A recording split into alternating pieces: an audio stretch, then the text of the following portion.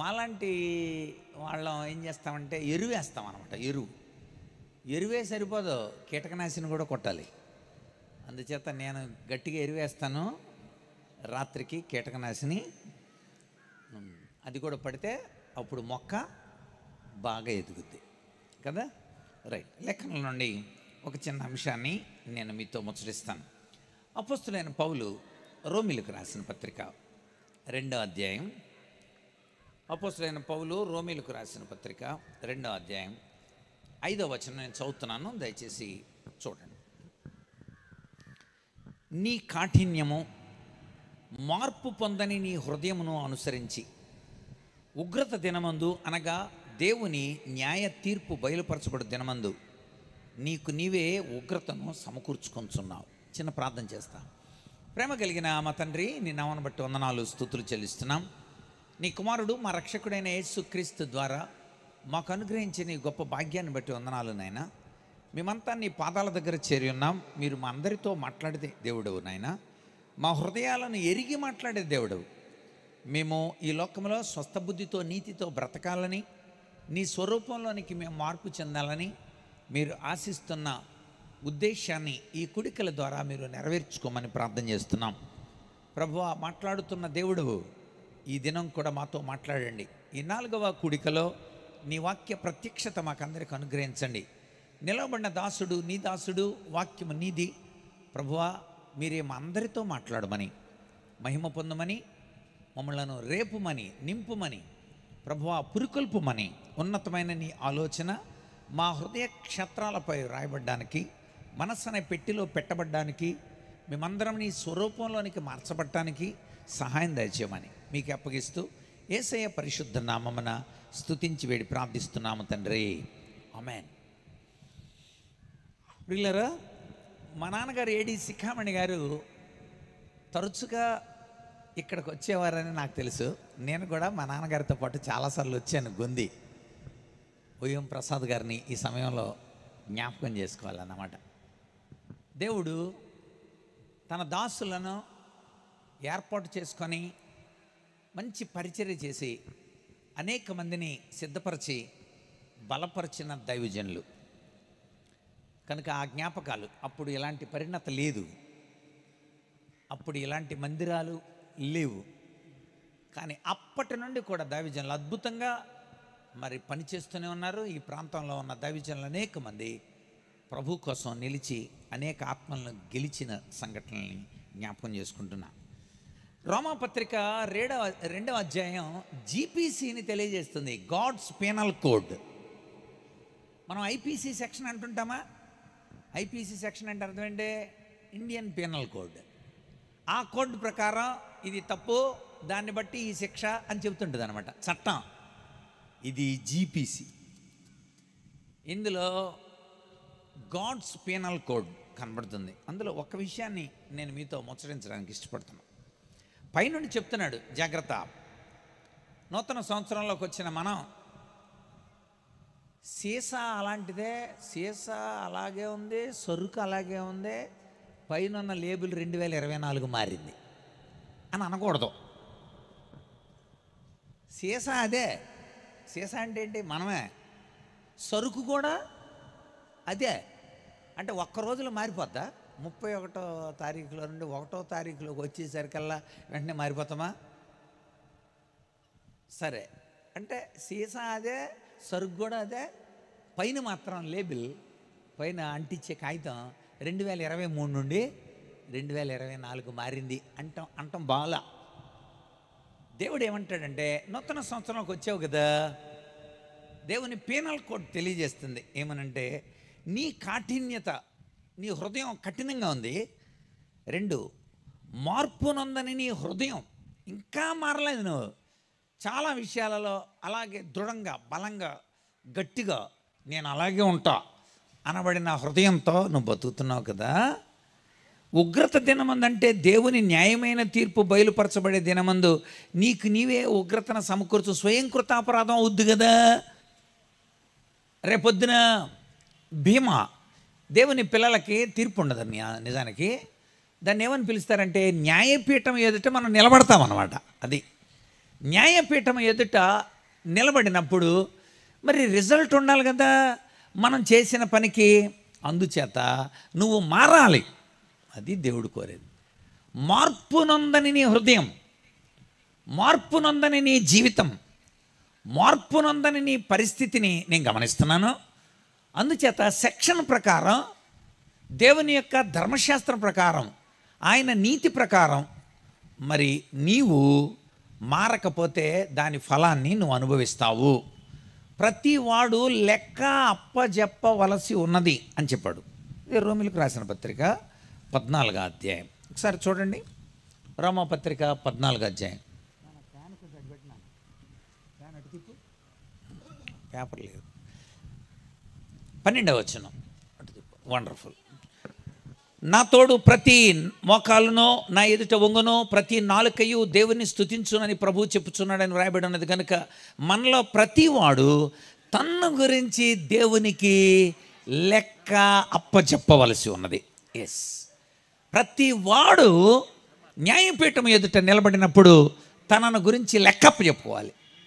అందుచేత దేవుని యొక్క గ్రంథాలు విప్పబడినప్పుడు జీపీసీ ప్రకారం, గాడ్స్ పీనల్ కోడ్ ప్రకారం నువ్వు తీర్పులో లేక న్యాయపీఠం ఎదుట నిలబడినప్పుడు, దేవుడు నిన్ను చూసినప్పుడు, సమీక్ష చేసేటప్పుడు నువ్వు బహుమానం పొందాలి కదా. కనుక ఇప్పటికైనా మారు. అది మార్పు నొందని నీ హృదయం మారాలి అని దేవుడు చెప్తున్నాడు. ఖచ్చితంగా మనము మార్పు నొందాలి, ఆ నిర్ణయం తీసుకోవాలి. ఎందుకంటే మనకి రిజల్ట్ ఉంది అన్న విషయం మనం తెలిస్తే, ఒకసారి ఆ మాట కూడా కొరింథీయులకు రాశాడు. కొరింథీయులకు రాసిన 2వ పత్రిక, కొరింథీయులకు రాసిన 2వ పత్రిక 5వ అధ్యాయం చూడండి. అక్కడ రాయబడిన మాట మనం చదివితే 10వ వచనంలో, ఎందుకనగా తాను జరిగించిన క్రియల చొప్పున అవి మంచివైనా సరే చెడ్డవైనా సరే దేహంతో జరిగించిన వాటి ఫలాన్ని ప్రతివాడు పొందినట్లు మనమందరము క్రీస్తు న్యాయపీఠము ఎదుట నిలబడాల్సింది. ఇట్స్ కాల్డ్ బీమా. అందుచేత దేవుని న్యాయపీఠం ఎదుట మనం నిలబడినప్పుడు, గ్రంథాలు తెరవబడినప్పుడు, మార్పు నొందని నీ కఠిన హృదయం కార్యాలు ప్రభువు కోసం చేయకుండా, దేవుని కోసం నిలబడకుండా, దేవుని ఉద్దేశాలు నెరవేర్చకుండా, దేవుని తత్వాన్ని, ఆయన మూర్తిమత్వాన్ని నీలో చూపించకుండా ఉన్న నీ స్థితికి తగిన ఫలితం పొందాల్సి వస్తుంది కదా. కనుక మారాలి. నేను మానసిక శాస్త్రం చదివాను. మార్పు ఎలా కలుగుతుంది, ఇది ప్రశ్న. దానికి 4 జవాబుల్ని నేను మీకు చూపిస్తా. ఒక సహజంగా సైకాలజిస్ట్ దగ్గరికైనా వెళ్తే పిల్లలు చెప్తారు, మా పిల్లాడు మారట్లేదండి, ఆడు ఇలాగే ఉంటున్నాడండి, ఎన్ని చెప్పినా మారట్లేదండి, ఎంత చేసినా మారట్లేదండి. మార్పు ఎలా కలుగుతుంది? మీరు మారండి అంటున్నాడు దేవుడు. మార్పుకు కావలసిన వనరులన్నీ కూడా దేవుడు మనకిస్తున్నాడు, అయినా మారట్లా. దీనికి కారణాలని మనం తెలుసుకోవాలి. జంతువులు మారవు. ఉదాహరణకి పులిని పిలిచి మీరు, పులి రేపటి నుండి నువ్వు పరోటా తినాలి, నువ్వు మాంసాలు ఎలా తింటాం కుదరదో అని అంటే పులి మారదు, సచ్చినా పరోటా తిందాం. ఇంకా సచ్చాక ఏం తింటలే. కానీ సింహాన్ని పిలిచి నువ్వు రేపటి నుండి ఇడ్లీయే తినాలి అంటే అది మారదు. అంటే మార్పుకు దోహదమయ్యే డిస్క్రిమినేషన్ లేక విచక్షణ మనలోనే ఉంది. మనం మారగలం. ఎందుకంటే మన మనస్సుల్లో దేవుడు ఆలోచించడం, వివేచించడం, విశ్లేషించడం, పరిశీలించడం, పరిశోధించడం, అన్వయించడం, నడవడం, చెప్పడం, పోల్చడం, న్యాయం తీర్చడం, ఇవన్నీ మన అంతరంగాలు. ఈ అంతరంగాలతో ఆలోచించి మారాలా వద్దా, ఉండాలా వద్దా, వెళ్ళాలా వద్దా, ఇవన్నీ నిర్ణయాలు చేసుకున్నాక అప్పుడు మారతాం. ఇప్పుడు వింటున్నా మీరు ఒక అరగంట గడిచిన తర్వాత ఉండాలా వద్దని ఆలోచించుకొని మీరే మారి వెళ్ళిపోవచ్చు కూడా. అంటే మనం మారగలం ఆలోచించి విశ్లేషించి. దేవుడు ఇక్కడ ఏమంటాడంటే మార్పుకు దోహదమయ్యే బుర్ర నీది, నువ్వు దాన్ని వినియోగించుకొని ఎందుకు మారట్లా? నిజానికి మార్పు ఎలా కలుగుతుంది? ఒక వ్యక్తిలో మార్పు కావాలంటే 4 ప్రధానమైన విషయాలు ఉండాలి. అందులో మొట్టమొదటిది ఆలోచన. ఆలోచన ద్వారా ప్రజలు మారతారు. పిల్లలకి ఆలోచన చెబుతాం, నాన్న మీరు చేతులు కడుక్కొని అన్నం తినాలి, లేకపోతే 11 రకాలైన జబ్బులు వస్తాయి. ఈ 11 రకాలైన జబ్బులు ఫారినర్స్కి లేవు, మన దేశంలోనే ఉన్నాయి. దానికి కారణం వాళ్ళు చేతులు కడుక్కొని తింటారు. ఏ కార్యం చేసినా వాళ్ళు చేతులు కడుక్కుంటారు.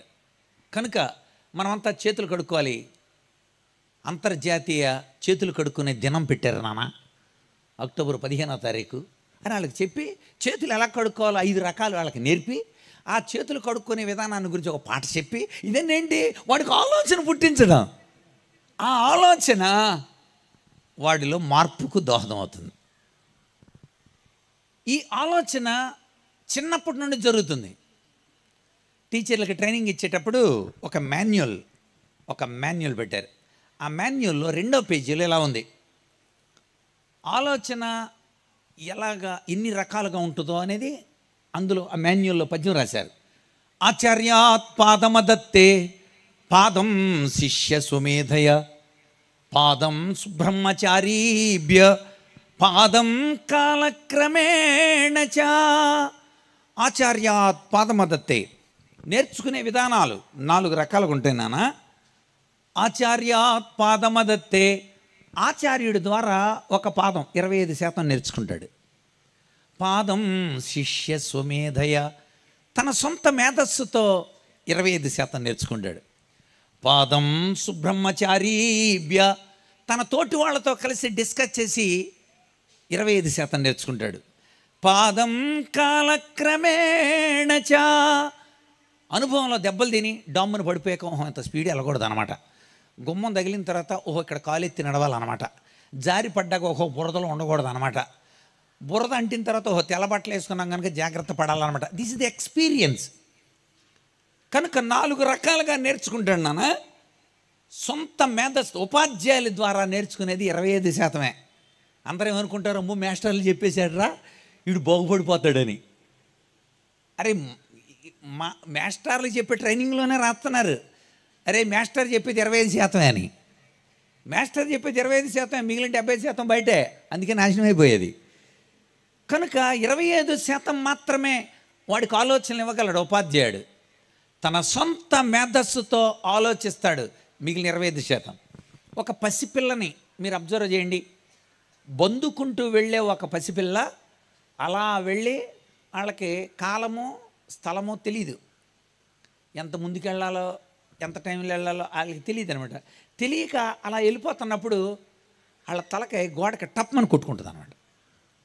కొట్టుకున్న వెంటనే పిల్లలకు కలిగే ఆలోచన ఏంటంటే అక్కడ గోడ ఉందని కాదు, నాకు ఒక తలకాయ ఉంది, దీన్ని జాగ్రత్తగా కాపాడుకోవాలి అన్న ఆలోచన వస్తుంది అనమాట. అందుకని నెక్స్ట్ టైం అక్కడికి వెళ్ళేటప్పుడు గోడను చూసిన వెంటనే ఆ పిల్ల తలకాయ ఎలా పెట్టి పక్క నుండి వెళ్తుంటారు. చూసారు లేదు? ఎందుకని? వాడికి అది దట్ ఈజ్ ఎక్స్పీరియన్స్. వాడికి ఒక ఆలోచన పుట్టింది, అది కూడా సొంతంగా పుట్టింది, అనుభవంలో పుట్టింది.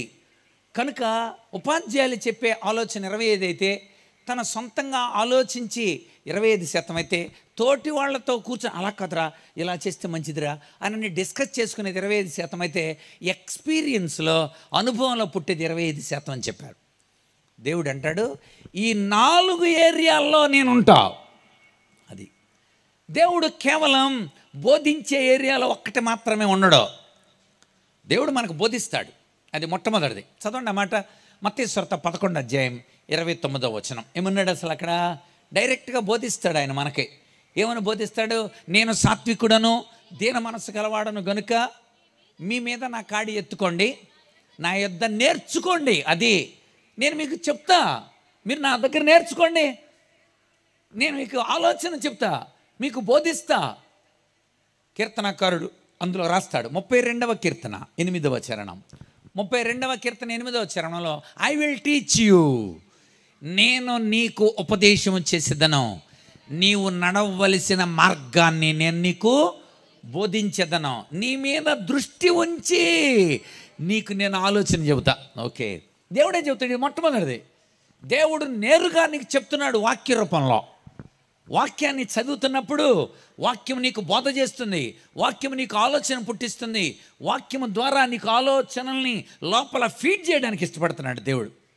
అందుకే అంటున్నాడు, ఐ విల్ టీచ్ యూ, నేను నీకు బోధ చేస్తా, నువ్వు నడవలసిన మార్గాన్ని. యేసుప్రభు ఈ లోకానికి రాకముందు మన క్రిస్మస్లో చాలాసార్లు ఈ వాక్యాన్ని మనం కంఠస్థం చేసి ఉంటాం. యెషయా చెప్పిన మాట, ఏలైనగా మనకు శిశువు పుట్టాను, మనకు కుమారుడు అనుగ్రహింపబడెను, ఆయన భుజం మీద రాజ్యభారం ఉంది, ఆయన పేర్లు ఏంటంటే ఆశ్చర్యకరుడు, తర్వాత ఏంటి ఆలోచనకర్త. అది ఆయన ఆలోచనకర్త, కౌన్సిలర్. ఆయన కౌన్సిల్ ఈజ్ మైండ్, నేను నీకు ఆలోచన చెబుతా, మంచి ఆలోచన చెబుతా అంటున్నాడు దేవుడు. అంచేత మార్పు రావాలంటే మొట్టమొదట దేవుని వాక్యము ద్వారా ఆలోచన పొందాలి, దేవుని వాక్యాన్ని మనం వినాలి. చాలామంది చాలా కుడికలు, మా అన్నయ్య స్టీవెన్ అన్నయ్య నేను ఇద్దరిని చాలా చోట్ల పిలుతుంటారు. మా స్టీవెన్ అన్నయ్య వాళ్ళందరినీ పాటలు పాడిస్తుంటే ఇక రెచ్చిపోతుంటారు చాలామంది. పాటలు పాడి చేతులు ఊపి ఈ చేసి అంతా అయిపోయిన తర్వాత పాలసన్న గారు ఇప్పుడు వర్తమానం చెబుతారు అంటారు, కళ్ళు తెరుచుతా అందరూ వెళ్ళిపోతుంటారు. అదేంటండి ఎందుకు వెళ్ళిపోతున్నారు వాళ్ళంతా, ఎందుకు వెళ్ళిపోతున్నారు? అసలు బోధ అంటే వాళ్ళకి బాధ, ఊగటానికి ఇష్టం, చేతులు ఊపటానికి ఇష్టం, కానీ బోధనరా. ఇక్కడ అంటాడు, నువ్వు మారాలంటే ఫస్ట్ బోధ వినాలి. ఎందుకని? కమ్యూనికేషన్ జరుగుద్ది అనమాట. కమ్యూనికేషన్, భావ ప్రసారము అంటారు తెలుగులో. ఒక భావం ఒకరి నుండి ఒకరికి ప్రసారం కావాలి. అలా ప్రసారం అయితే ఏమవుద్ది? Communication is the dynamic process. ఏం బాబా మేము కళ్ళు మూసుకొని అలాగా ధ్యానాలు ఉంటాం, బాబా నువ్వు చెప్పేది చెప్పుకో అంటే కుదరదు. అక్కడ కళ్ళు తెరిచి నాలు ఇక్కడ ఉన్నవాళ్ళు కూడా.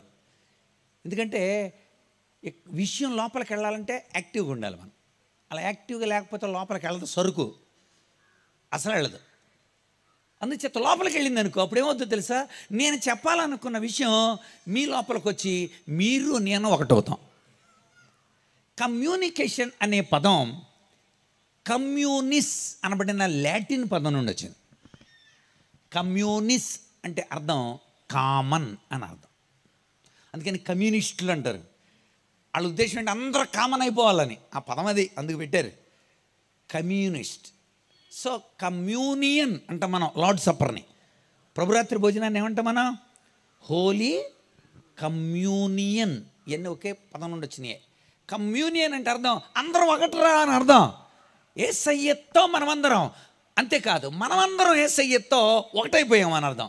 సో ఈ కమ్యూనికేషన్, దేవుని యొక్క వాక్య ప్రభావం మన లోపలికి వెళ్ళి ఆయన స్వరూపాన్ని ఏర్పాటు చేయడానికి కలిగించే మార్పు ఇది. హెబ్రీ పత్రిక 4:12 దేవుని వాక్యము సజీవము గలదై బలము గలదై ఎటువంటి రెండంచుల ఖడ్గము కంటేను వాడిగా నుండి ప్రాణాత్మలను కీళ్లను మూలుగును విభజించునంత మట్టుకు దూరుచు హృదయం యొక్క ఆలోచనలను తలంపులను శోధించుచున్నది. అంటే దేవుని వాక్కు లోపలికెళ్ళి పనికిమాలను నరికేసి మంచి వాటిని స్థాపించి తన స్వరూపములోనికి, కామన్ క్రీస్తు మనము సమానత్వాన్ని కలిగి ఉండే, అందుకోసం దేవుని ఆలోచనలు తీసుకోవాలి మనం అని చెప్పాడు. Council is mind. సామెతల గ్రంథం కదా, సామెతల గ్రంథం 8:14 రాసి ఉంటుంది. సామెతల గ్రంథం 8:14 ఆలోచన చెప్పుటయు లెస్సైన జ్ఞానం ఇచ్చుటయు నా విషయం. అది ఆలోచన చెప్పడం, ఒక మంచి జ్ఞానం ఇవ్వడం నా పని రాబాయ్. అంచేత నా మాటిను. ఎవరికైనా నువ్వు జ్ఞానము కొదువుగా ఉన్నాళ్ళ అట్టివాడు ఎవరిని అడగవలేను? వెరీ గుడ్, దేవుడిని అడగవలను. యాకోబు 1:5 వెరీ గుడ్. నీకు కొదువుగా ఉందా? అడుగు దేవుని. ఆయన నీకు ఆలోచన చెబుతాడు, ఆయన నీకు ఆలోచనలు పుట్టిస్తాడు. ఎందుకంటే మన ఆలోచనలు ఎరిగినోడు ఆయన. అంటే మనకున్న ఆలోచనలు ఎలాంటియో ఆయన ఎరిగినాడు కనుక మన అన్ని ఆలోచనలు అని కూడా పనికిమాలిన ఆలోచనలే అని తెలుసు. నరుని హృదయములోని ఆ ఆలోచన సరళి, ఆలోచనకు తగిన బొమ్మలో ఇమేజ్లు అంటారు వాటిని. ఊహ అని ఉంటుంది అక్కడ. ఊహ అంటే అర్థం ఏంటి? ఇమేజ్ అనమాట. అలా చెప్తున్న వెంటనే వెంటనే బొమ్మ తయారైపోతుంది మన మనసులో. అది మన మనసు చేసే గారడి అది. ఉదాహరణకి మంచి సంబంధం అమ్మ, 6 అడుగులు ఉంటాడు, సన్నగా ఉంటాడు, అంటున్న వెంటనే మన మనసు చిత్రాలను పెట్టేస్తుంటుంది అనమాట. అప్పుడే అర్థమవుతుందా మీకు? మంచి చీర చాలా 3200కే అంచు ఎలా ఉంటుందంటే అంటే మన వెంటనే బొమ్మలు చేస్తుంటాయి అనమాట మన మనసులో. అంటే ఆలోచనలకు ఊహ ఎప్పుడు అందుబాటులో ఉంటుంది అనమాట. ఊహ అంటే బొమ్మ, మన ఆలోచనలకు తగిన బొమ్మ. పాపం చేయడానికి కూడా ఎవడన్నా ఏదన్నా చెబుతుంటే వెంటనే మన మనస్సు పాపపు బొమ్మలతో నిండిపోతుంటుందంట. అక్కడ రాశాడు, అక్కడ ఆదికాండం చదవాలి మీరు, 6:5 నరుని యొక్క తలంపులలోని ఊహ కేవలము చెడ్డది. అంటే అర్థం, వాళ్ళ ఆలోచనకు ఏర్పడే బొమ్మలన్నీ చూస్తుంటే నేను అన్ని పనికిమాలిన బొమ్మలే కనబడతాను నాకు అంటాడు దేవుడు. అంటే మన ఆలోచనలకు తగిన బొమ్మలు కనుక దేవుడు అంటాడు, అందుకే నేను ఆలోచన మార్చాలని అనుకుంటున్నాను రా, నీకు ఆలోచన చెబుతాను నేను. దేవుడే మనకి ఆలోచన ఇచ్చేవాడు. దేవుని ఆలోచన మనం పొందాలి. ఎందుకంటే మన ఆలోచనలు మారతేమో కానీ దేవుని ఆలోచన మనం చదివితే కీర్తనాకారుడు 33వ కీర్తన 11వ చరణంలో ఇలా రాశాడు. చదవండి 33వ కీర్తన 11. యెహోవా ఆలోచన సదాకాలము నిలుచును, ఆయన సంకల్పములు తరతరములు కొనను. ఆయన కనుక మనకు ఆలోచన చెబితే సదాకాలం ఐ విల్ బ్లెస్ యూ అన్నాడు. అంతే. దావీదా నేను నీకు తోడుగా ఉంటా, అంతే. దావీదు రాజుగారి ఇంట్లోకి ప్రవేశించిన తర్వాత 3 సార్లు చంపేయటానికి కోసం సౌలు ఇటు విసిరినప్పుడు కూడా దేవుడు తప్పిస్తానన్నాడు. ఎందుకని? దావీదు ప్రామిస్ చేశాడు. ఇంట్లోకి తీసుకొచ్చి సమూయేలు ద్వారా ఇతడు రాజు అవుతాడు. ఇంకా రాజు అవటానికి ఇంకా 4 ఉద్యోగాలు చేయలేక 4 ఉద్యోగాలు చేశాక అప్పుడు రాజయ్యాడు. ముందు గొర్రెలు కాసుకునేవాడు, అతడు రాజుగారి ఇంట్లోకి వచ్చి రాజుగారింట్లో రాజుగారికి సామాన్లన్నింటినీ, యుద్ధ ఆయుధాలన్నింటిని కూడా అందించేవాడు. అది 2వ ఉద్యోగం. అది అయిన తర్వాత అక్కడ యోధులందరికీ కూడా మంచి నాయకుడయ్యాడు. అది 3వ ఉద్యోగం. 4వది సహస్రాధిపతి అయ్యాడు. ఒకేసారి రాజు అవటం ఎలా కుదురుద్ది? గొర్రెలు కాసుకునేవాడిని తీసుకొచ్చి రాజసింహాసనం పెడితే ఉంటాడు. ఎవరక్కడ కొంచెం ఆ జనాలు మళ్ళేయండి అనకూడదండి, ఎందుకంటే గొర్రెల్ని మళ్ళేయండి అనాలి కానీ మనుషులను అలా అనకూడదు. ఓ అవును కదా, అలవాటు అయిపోయిందిలే అని మాటికి సారీ అని చెప్పాల్సి ఉంటుంది. రాజు కుదరదు అలాగా. రాజు నడక, రాజు ఏం వాడాలి, రాజు సైన్యం వచ్చినప్పుడు, శత్రువులు వచ్చినప్పుడు ఇవన్నీ తెలియాలంటే రాజుగారి ఇంట్లోకి వెళ్ళాలి. అతనికి ఆలోచనల్ని కలిగించాలి. ఓహో ఇలా ఉండాలన్నమాట. తనకు మళ్ళీ రాజుగారి కొడుకుని యోనాతాను పరిచయం అయ్యేలా చేసి, యోనాతాను సహస్రాధిపతి, దావీదు కూడా సహస్రాధిపతి అయ్యేలా చేశాడు. ఆలోచనలు పెరుగుతున్నాయి. ఇంకా యుద్ధ నైపుణ్యాలు తెలుసుకున్నాడు. యోనాతాను ద్వారా ఆయుధాలన్నింటిని పొందాడు. దగ్గరున్న వాళ్ళని చంపే బాకు దగ్గర నుండి, దూరం ఉన్న వాళ్ళని చంపే విల్లు వాడటం దగ్గర నుండి అన్నీ యోనాతాను ద్వారా పొందాడు. శత్రువుని ఎలా జయించాలో ఆలోచన పటిమ నేర్చుకున్నాడు. అంత మాత్రమే కాదు, ఆ తర్వాత రాజుగారికి అల్లుడయ్యాడు. దెన్ రాజు అయ్యాడు. 6వ ఉద్యోగం రాజు. మరి ఇప్పుడు మన వాళ్ళు ఆకట్లేదుగా, ఇంట్లోకి వచ్చి అభిషేకించిన వెంటనే తెల్లారికల్లా పక్కన ఉన్న తోసేటి మైకి తీసుకుంటామే, అంతే కదా. అభిషేకించాడు అనుకోండి, అభిషేకించిన తెల్లారే, దావీదు అభిషేకించిన తెల్లారేలే సౌలు రాజా ఎళ్ళకొళంగా ఉందా, నిన్న ఎవరు వచ్చారనుకుంటున్నావు? ఎవరు వచ్చారు మా ఇంటికి? సమూయేలు గారే. సమూయేలు అంటే ఎవరో? చివరి న్యాయాధిపతి, మొదటి ప్రవక్త. మరలాంటి ఆయన మా ఇంటికి వచ్చి మా నాన్నగారిని పిలిచి మొత్తం అందరినీ పక్కకు తోసేసి గుర్రెలు కాచుకుంటున్నాను ఇంటికి పిలిపించి, ఇదిగో ఇత్తడే దేవుడు ఏర్పాటు చేసుకున్నాడు అని నూనె పోసి నన్ను అభిషేకిస్తే నువ్వు రాజుకుంటావేంటయ్యా, దిగా అని సౌలుని కిందకి లాగల. మీరు అర్థం చేసుకోవాలి, దేవుడు అతన్ని నడిపిస్తున్న తీరుకు దావీదు లోబడ్డాడు. దేవుని ఆలోచన తగిన కాలం మందు తగిన రీతిలో మిమ్మల్ని హెచ్చించే రీతిగా క్రమానుగతమైన అభివృద్ధి యోసేపులో చూసినట్టే చూస్తాం. ఆయన ఆలోచనలు అతి గంభీరాలు అని కూడా రాస్తాడు. 92వ కీర్తన కదా, 5వ చరణం. 92వ కీర్తన 5వ చరణంలో అసలు ఎంత అత్యున్నతమైన ఆలోచనలను దేవుడు కలిగి ఉంటాడు అన్న విషయం మనకు కనబడుతుంది. చదవండి అక్కడ, యెహోవా నీ కార్యములు ఎంత దొడ్డవి, నీ ఆలోచనలు అతి గంభీరాలు. ఎంత గంభీరాలు అంటే దేవుని ఆలోచనలు. ఇశ్రాయేలీల్ని 21 రోజుల్లో అంటే 3 వారాల్లో ఈ యొక్క ఐగుప్తు నుండి కనానుకు తీసుకెళ్ళిపోవచ్చు. కానీ దేవుడు వాళ్ళ 40 సంవత్సరాలు నడిపించాడు. ఇలా వెళ్ళి అలా వెళ్ళి అలాగా అలా అలా అలా అలా తీసుకొచ్చి అటు నుండి అలా వచ్చి అలా యార్దాన్ దాటి ఇక్కడ తీసుకొచ్చాడు. నిజానికి 3 వారాల్లో ఇటు నుండి ఇటు వెళ్ళిపోండిరా అని దేవుడు తీసుకెళ్ళిపోతే ఏం జరిగేదో తెలుసా? కనాన్లో 10 మంది రాజులు ఉన్నారు. 10 మంది రాజులు. ఏళ్లలో ఈ తీసుకెళ్లే వాళ్ళకి ఒక్కడికి యుద్ధం రాదు. మొత్తం ఆ 10 మంది రాజులు కలిసి ఇజ్రాయేలీలందరినీ కూడా చావగొట్టేసేవాళ్ళు. అందుకని మీరు గమనించారు లేదో, వాళ్ళు కనాను చేరుతున్నప్పటికల్లా చాలామంది మొత్తం మట్టిలో కలిసిపోయారు. నెక్స్ట్ జనరేషన్ వచ్చింది. ఎరికో మొట్టమొదటి రాజు ఎరికో దగ్గరకు వచ్చేటప్పటికల్లా చాలామంది లేరు. 40 సంవత్సరాల్లో అంతా యూతే, వీళ్ళందరికీ యుద్ధం వచ్చు. అందుకని అక్కడ రాస్తారు వాళ్ళు పాడే పాట ఉంటుంది, మా చేతులకు యుద్ధము నేర్పిన వాడువు నీవే. అది వాళ్ళు పాడిన పాట. మా చేతులకు యుద్ధం నేర్పాను ఆయన. ఆ యుద్ధం నేర్పిన తర్వాత అప్పుడు తీసుకెళ్ళాడు. మొట్టమొదటి రాజు ఎరికో రాజు వాళ్ళకి ఎదురైనాడు. సో మిగిలిన 9 మంది. కనుక మీరు గమనిస్తే దేవుని ఆలోచనలు అతి గంభీరాలు. కనుక ప్రభువా, నువ్వు నాకు ఆలోచన చెబితే, నీ ఆలోచన వింటే నాకు జ్ఞానం అని నాకు అర్థమవుతుంది నాయన. నీ ఆలోచన అతి గంభీరాలు, నీ ఆలోచనలు సదాకాలము నిలిచేవి నాయన. నేను నమ్ముతున్నాను ఈరోజు దేవుడు మనకి ఆలోచన చెప్పడానికి ఈ లోకానికి వచ్చాడు. ప్రతి కార్యంలో దేవుని ఆలోచన మనకు చాలా స్పష్టంగా కనబడుతుంది. 90 పక్కనే చూడండి ఒకసారి, 94వ కీర్తనలో 11లో ఇలా అంటాడు, నరుల ఆలోచనలు వ్యర్థములని యెహోవాకు తెలిసినది. మన ఆలోచనలన్నీ షార్ట్ టర్మ్, కొంతవరకే ఆలోచించగలం, తర్వాత ఆలోచించలేం. మన ఇంటికి సోది చెప్పటానికి వచ్చిన దానికి కూడా సూపర్ ఆలోచన ఉంటుంది తెలుసా మీకు? మనం అనుకునే మాటలను బట్టి కొనసాగిస్తుంది అనమాట చాలా జాగ్రత్తగా.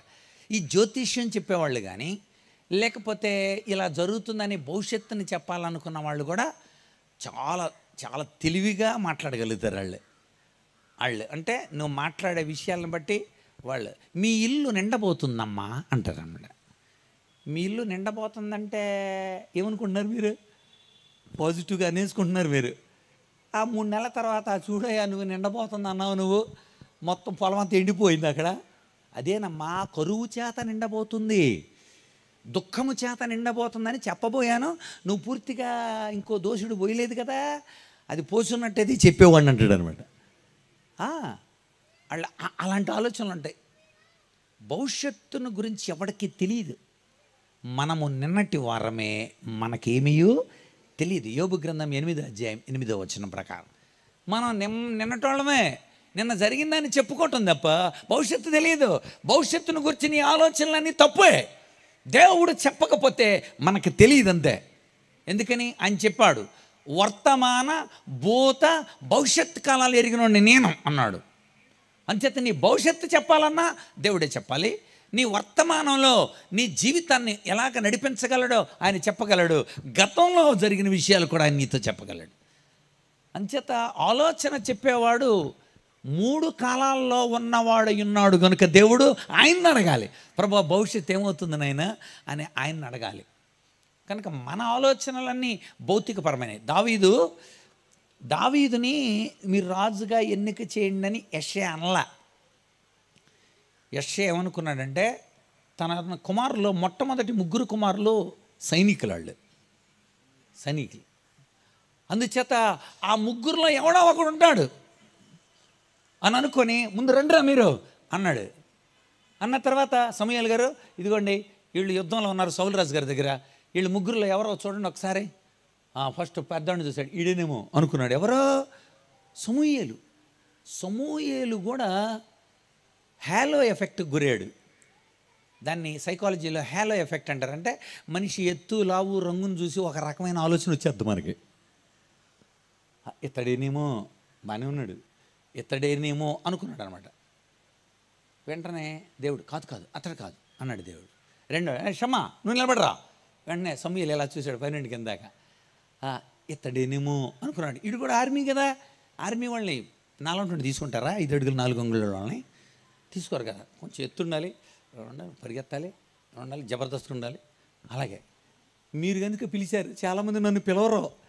ఎందుకో తెలుసా? ఎత్తులేము మేము, ఓ అని అనలేంగా, మామూలుగా మాట్లాడతామయ్యా మేము, ఓ అనాలన్నమాట. అలాంటి స్వరం నిజంగా అబద్ధం అనుకుంటున్నారా? చాలా చోట్ల నన్ను, ఒక ఊరి పేరు వద్దులేండి, వాళ్ళు నన్ను అసలు ఒక చర్చి ఒక ఆదివారం పిలిచారు. ప్రసంగం చేసి వచ్చిన తర్వాత అక్కడున్న ఓల్డ్ విజన్ అన్న ఫోన్ చేశాడు, తమ్ముడు నేను ఎందుకు పిలిచారనుకున్నావు? వాళ్ళు పెద్ద మీటింగులు పెడతారు తమ్ముడు, ఆ మీటింగులకి నువ్వు సరిపోతావో లేదో అని పిలిచారంట. సరే మరి సరిపోయానా అన్నా నేను.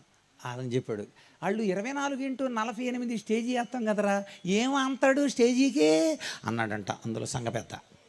నన్ను పిలవలాళ్ళు, మరి అలాగని ఇంత సాగ తీసుకోలేను కానీ నేను.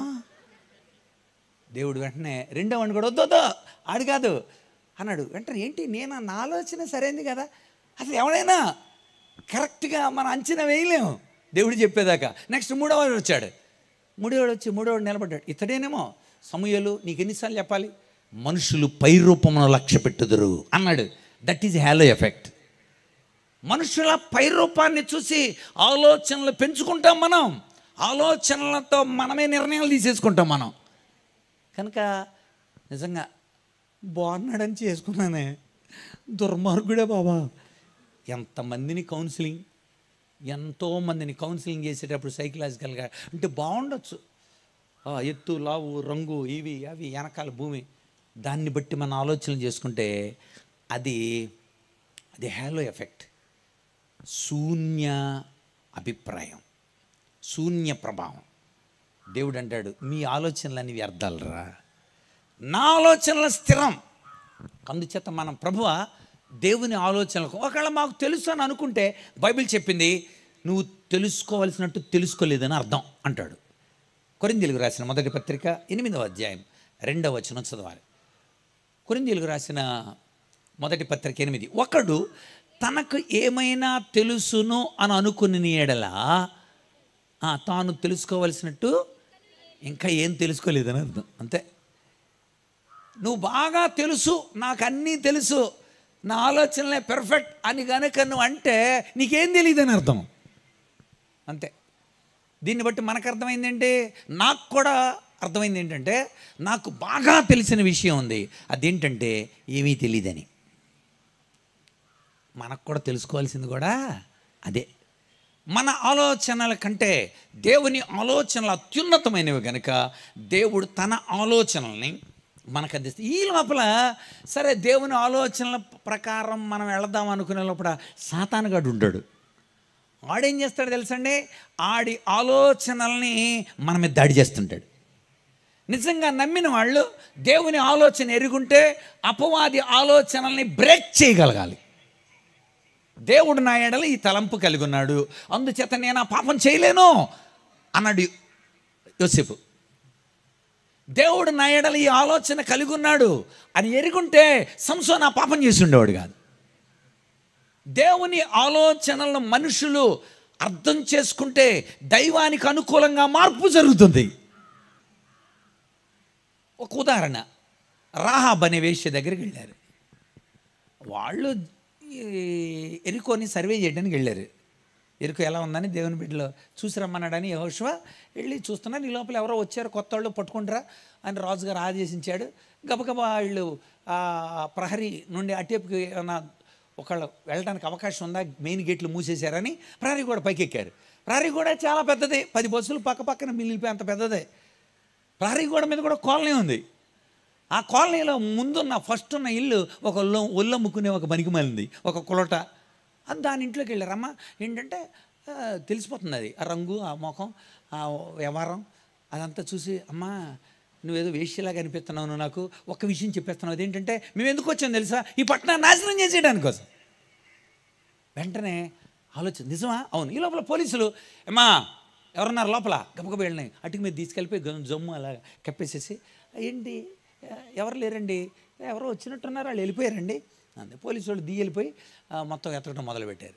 అప్పుడు పిలిచి, నిజమేనా? ఎస్ నిజమే, మీ దేవుడి గురించి నేను విన్నా, మీ దేవుని ఆలోచనలు నేను వింటున్నాను కానీ లెక్క చేయలే, కానీ ఇప్పుడు మీరు చెబుతుంటే నా గుండెలు జారిపోతున్నాయి,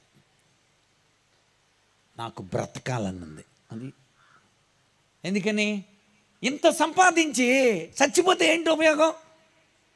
ఈ బంగారం ఇవన్నీ కూడా వదిలిపెట్టాల్సిన అవసరం వచ్చినప్పుడు ఇంకెందుకు ఈ జీవితం? ఐ వాంట్ టు లివ్, నేను బతకాలి. ఎలాగ ఒక్క ఆలోచన, దేవుని ఆలోచన అక్కడ చెప్పబడింది. దేవుని ఆలోచన ఈరోజు దేవుడు నీకు కూడా చెబుతున్నాడు, నీ మనసుతో చెప్తున్నాడు. ఒకవేళ ఇన్ని సంపాదించిన తర్వాత దేవుడు లేకపోతే, దేవుని యొక్క స్వరూపం మనలో ఏర్పడి జీపీసీ నువ్వు మార్పు పొందలా, దానికి తగినట్లుగా నేను రిజల్ట్ ఇస్తాను. అందుకే మంచి పాట ఉండేది పూర్వం, మార్పు నొందవా నీవు మార్పు నొందవా, నీ మనసు మార్చుకోవా. రాత్రి పాడాలి తమ్ముడు, మా కోయిర్ బృందం వాళ్ళు అది ప్రాక్టీస్ చేయండి, ఆ పాట పాడండి. కనుక చాలా అద్భుతం. ఇది అనుకూల సమయం. ఇది నువ్వు మారకపోతే ఎప్పుడు వస్తాడో తెలీదు, గ్రంథాలు విప్పబడతాయి. కనుక ఖచ్చితంగా ప్రతివాడు తన గురించి లెక్కప్ప చెప్పుకోవాల్సిన పరిస్థితి. అరే లెక్కలు చేసుకురండిరా అని ఇచ్చాను నేను వాళ్ళకి లెక్కలు. మరుసటి రోజు లెక్కలు చేసుకున్న వాళ్ళందరూ కూడా, మిస్టర్ చూపిమంటారా? చేసినోడికి ఉబలాటం, చేయనోడికి లోపల ఆరాటం, పోరాటం. ఈడే సార్ చూపి, అరే నెక్స్ట్ అవర్ చూస్తాను రా అన్న, చూసేయండి సార్ చూసేయండి సార్. ఎందుకని? ఆడు ప్రశంస పొందడానికి కోసం, లెక్కలు సబ్మిట్ చేయడానికి కోసం సిద్ధంగా ఉన్నాడు. ఈ చేయనోడు అడగట్లేదు కదా అని వీళ్ళు లాగుతున్నాడు కిందకే. ఎందుకని వీడు చేయలేదు, అర్థమవుతుంది నాకు. అప్పుడు అర్థమైంది, ఆలోచించాను. రే మధ్యాహ్నం చూపిండిరా అన్న. ఎందుకు మధ్యాహ్నం చూపిమన్నాను నేను? వెంటనే చీనుడు మధ్యాహ్నం చూపిస్తామండి. ఎందుకని? మధ్యాహ్నం లోపల వీడు లెక్కల్ని చేసేసుకుంటాడనమాట. యేసుప్రభు ఆలస్యం చేస్తుంది ఎందుకో తెలుసా? నీ లెక్కలు సరి చేసుకోవాలి. ఈ లోపల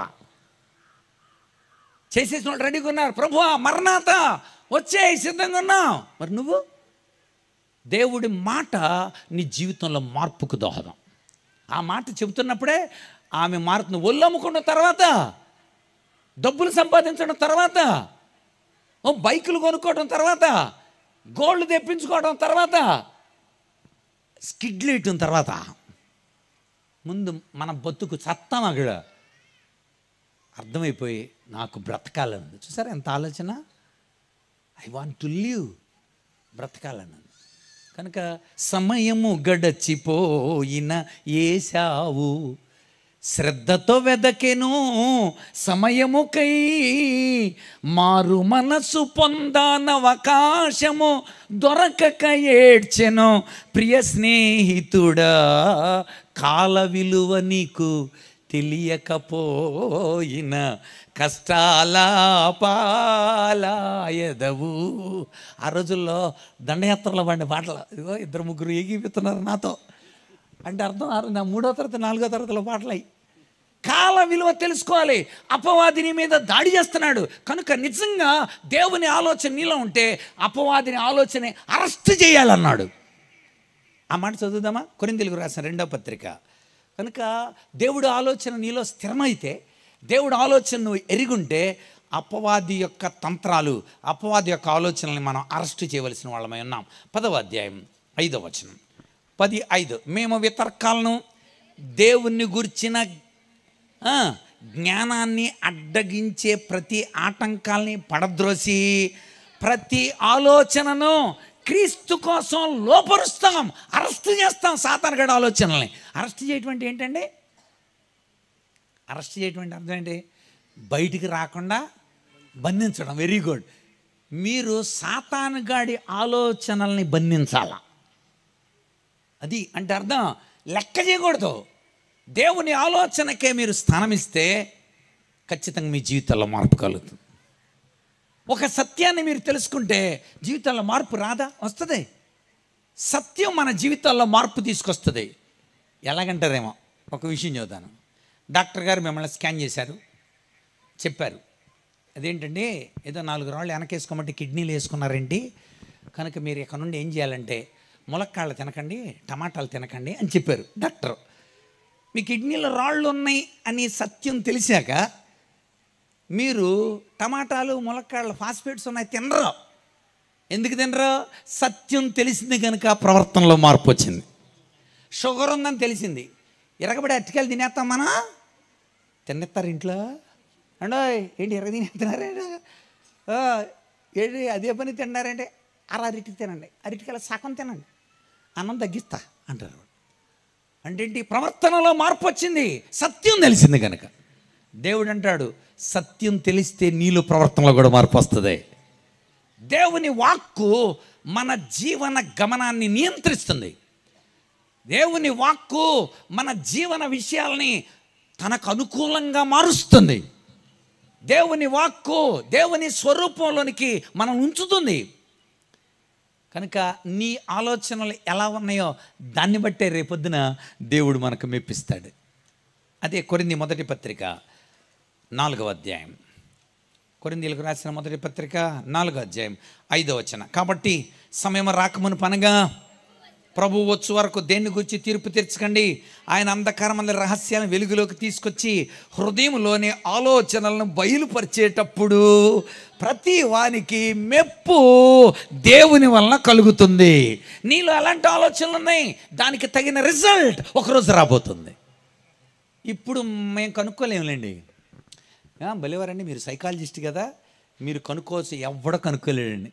సైకాలజిస్టు కనుక్కోలేడు, సైకోథెరపిస్టు కనుక్కోలేడు, సైకియాట్రీ కనుక్కోలేడు, ఎవడో కనుక్కోలేడు.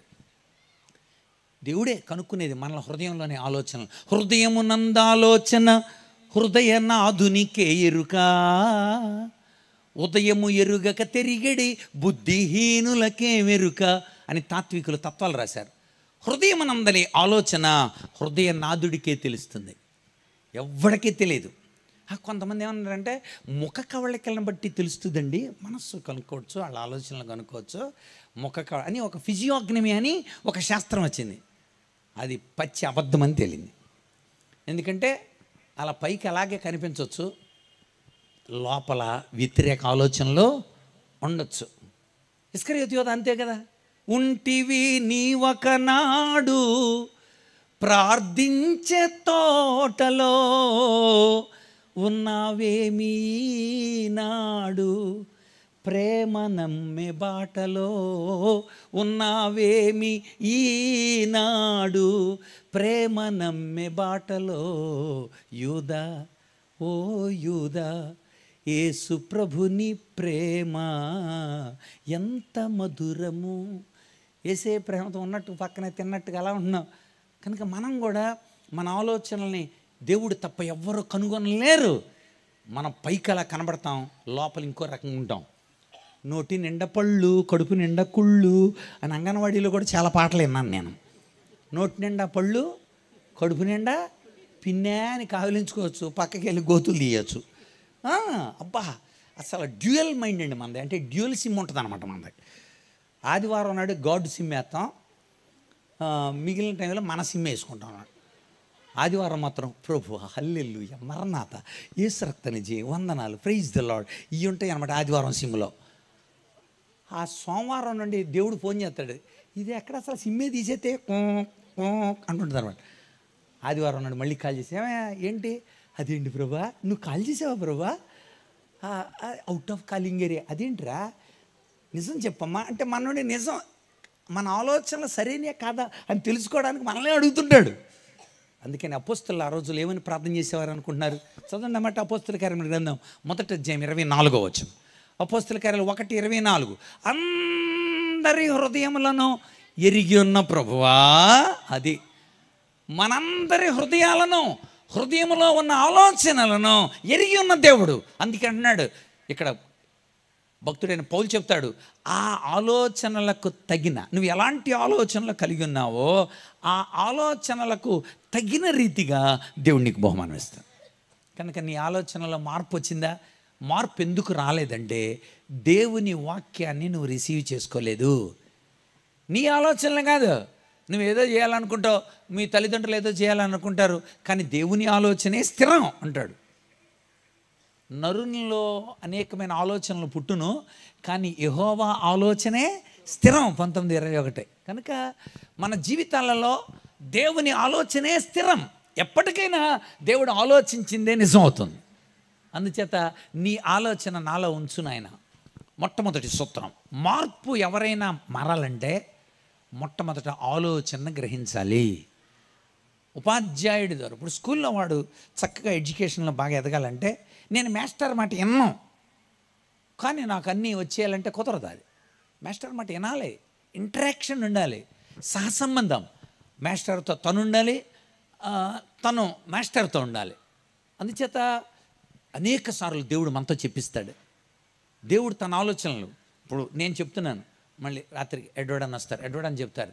ఇంకా అనేక మంది దైవజనులు ఆలోచనలు చెప్పువారు అనేకులు ఉన్న చోట ఉద్దేశములు సఫలములగును. సామెతల గ్రంథం 15:22.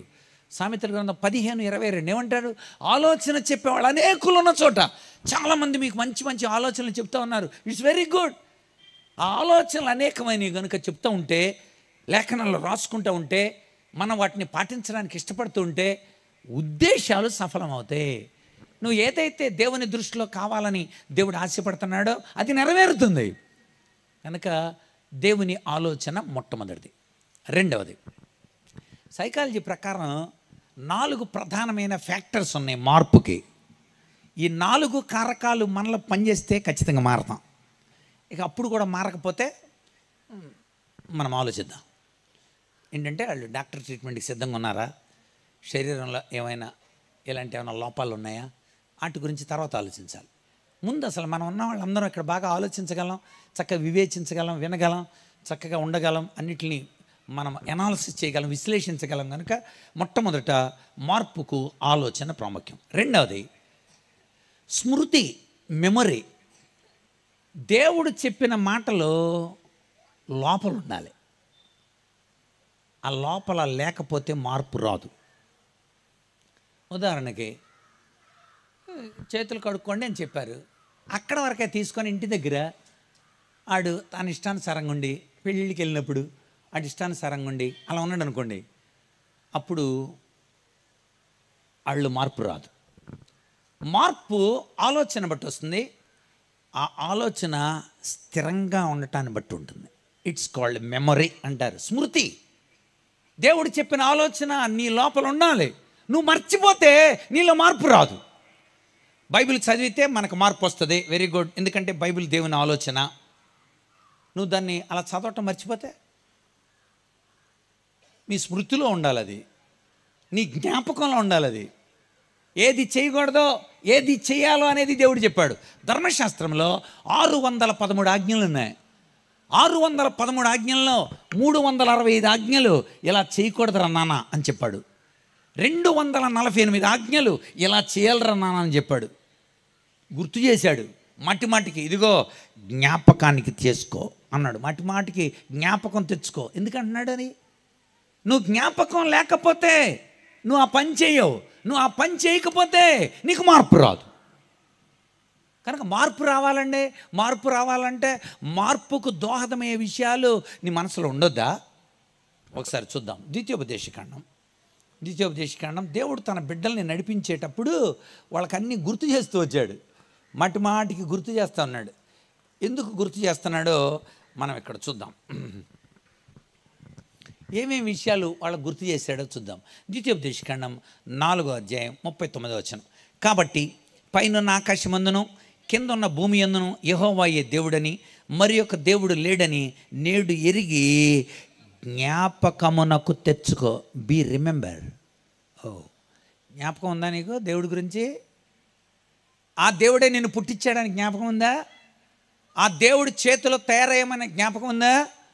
ఆ దేవుడే ఒక ఉన్నతమైన ఉద్దేశంతో నిన్ను నడిపిస్తున్నాడని జ్ఞాపకం ఉందా? కరోనాలో నిన్ను తీసుకోకుండా బతికించుంచాడని జ్ఞాపకం ఉందా? దేవుడు జ్ఞాపకంలో ఉన్నాడా? దేవుడు జ్ఞాపకంలో ఉంటే ఆ పని చేస్తామంటారు నువ్వు అని అడుగుతాం మనమే. నిన్ను ఎరిగి ఉన్న దేవుణ్ణి నువ్వు జ్ఞాపకం చేసుకుంటులా. మీకు అది మంచి సన్నివేశం. అది హాగరు తన యజమానురాల దగ్గర నుండి పారిపోయి వస్తూ ఉంది. దేవుడు ఆమెను ఎప్పటి నుండో చూస్తూ ఉన్నాడు. కానీ అక్కడికి వచ్చిన తర్వాత దేవుడికి ప్రార్థన చేసింది హాగరు. దేవుడు ఆమెతో మాట్లాడిన తీరు 16వ అధ్యాయంలో 8వ వచనం ఆదికాండంలో ఆ యొక్క అలసట పడి తనను తాను బాధపడుతూ ఉన్న టైంలో దేవుడు ఆమెతో ఇలా మాట్లాడాడు. హాగరు, ఎక్కడి నుండి వచ్చావు, ఎక్కడికి వెళ్తున్నావు అని అడిగాడు. వేదన పడుతున్నావా? నేను నిన్ను చూసా. కన్నీళ్తున్నావా? నేను నిన్ను చూసా. ఎక్కడి నుండి వస్తున్నావు, ఎక్కడికి వెళ్తున్నావు? మీకు ఒక ప్రశ్న. దేవుడు ఆ ప్రశ్న తెలిసిండి అడిగాడా, తెలియకుండా అడిగాడా? మీకు ఎలా తెలుసు? మనలో అన్నమాట. మీకు ఎలా తెలుసండి? ఆయనకి తెలుసని మీకు ఎలా తెలుసండి?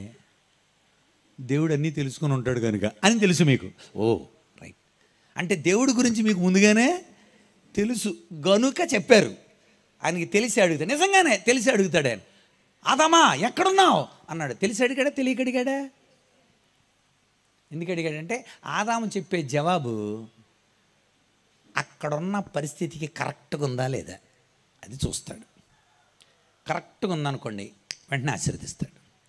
తేడా వచ్చిందనుకోండి శపిస్తాడు. అంటే దేవుడి దగ్గర ఇలాంటి నకరాలు నాటకాలు వేయకూడదు అని మనకు అర్థమవుతుంది. కయ్యన్ని దేవుడు అడిగాడు, కయ్యను నీ తమ్ముడేడి అని అడిగాడు. తెలిసి అడిగాడా తెలియక అడిగాడా? వెరీ గుడ్, తెలిసి అడిగాడు. కయ్యని ఇచ్చిన జవాబు ఏంటి? నీ తమ్ముడేడు అన్నప్పుడు ఏం చెప్పాలి? తమ్ముడు నేనే చంపేశాను నాయన, కొంచెం కోపం ఎక్కువైపోయింది, అది క్రోధంగా మారింది, క్రోధం ఎక్కువైపోయింది, అది మరణానికి దారి తీసేలాగా డ్రైవ్ అయిపోయాను, నన్ను క్షమించాయి అనాలి. అనలా. కయ్యని ఏం జవాబు చెప్పాడు? నేనేమన్నా తమ్ముడు కాపలావాడినా అన్నాడు. అరే ప్రశ్న అడుగుతుంటే ప్రశ్న అడుగుతున్నావేంటి అన్నాడు దేవుడు. దేవుడు అడిగింది ఏంటి? ప్రశ్న. జవాబు చెప్పిందేంటి? ప్రశ్న. ప్రశ్నకి జవాబు చెప్పిస్తున్నాను నిన్ను. ఆదామా ఎక్కడున్నావు? జవాబు సరిగ్గా లేదు. ఎందుకు ఇలా ఉన్నావు? జవాబు సరిగ్గా లేదు. నువ్వు నాకు దాన్ని ఇచ్చావా? ఎవరినే అవన్నీ అదే పాడు చేసింది నన్ను అంటే ఇప్పుడు తప్పుడు ఎవడయ్యాడు?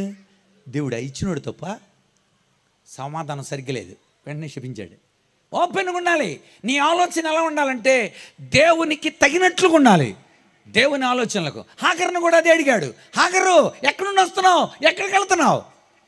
వీళ్ళు చెప్పినట్టు చెప్పాల. హాగర్, అయ్యా నేను నా యజమాని దగ్గర నుండి తోలివేయబడి వస్తున్నాను నేను. జవాబు వచ్చేసింది. ఎక్కడికి వెళ్తున్నావు? నాకు తెలియదయ్యా, దిక్కు లేదు నాకు అంది. కరెక్ట్ ఆన్సర్ ఇచ్చామ్మా. ఐ విల్ బ్లెస్ యూ, నేను నిన్ను ఆశీర్వదిస్తాను. ఎందుకని? నీలో ఉన్న ఆలోచన పర్ఫెక్ట్గా ఉంది, నీ ఆలోచన. ఎందుకని? అప్పుడు దేవుడు ఆమెను ఆశీర్వదించిన తర్వాత హాగరు ఆయనకు మంచి పేరు పెట్టింది, చూచుచున్న దేవుడు. అక్కడ ఇంకో పదం ఉంది, ఇప్పటి వరకు నన్ను చూచుచూ ఉన్న దేవుణ్ణి నేను ఇప్పుడు చూచి తిని అని. అంటే అర్థం, దేవుడు ఆమెను చూస్తూ వస్తున్నాడు, హాగరు ఇప్పుడు చూసింది. దేవుడు నిన్ను ఎప్పటి నుండో చూస్తున్నాడు. నువ్వు నీ తల్లి గర్భంలో నుండి రూపింపబడక మునిపే నా కళ్ళు నిన్ను చూశాయి అన్నాడు. ఇర్మియా గ్రంథం మొట్టమొదటి అధ్యాయం. మనకి అక్కడ 3, 4, 5 వచనాలు చూస్తే నువ్వు తల్లి కడుపులో ఉండకముందే నేను నిన్ను చూశాను. ఆ దేవుణ్ణి జ్ఞాపకం చేసుకోవాలి. నువ్వు దేవుని ఆలోచన నువ్వు తీసుకోవాలి, అది బుర్రలో ఉండాలి. ఏది మన జీవితాలను నడిపిస్తుందో ఆ వాక్కుని మీ లోపల ఉండాలి. జ్ఞాపకం చేసుకో.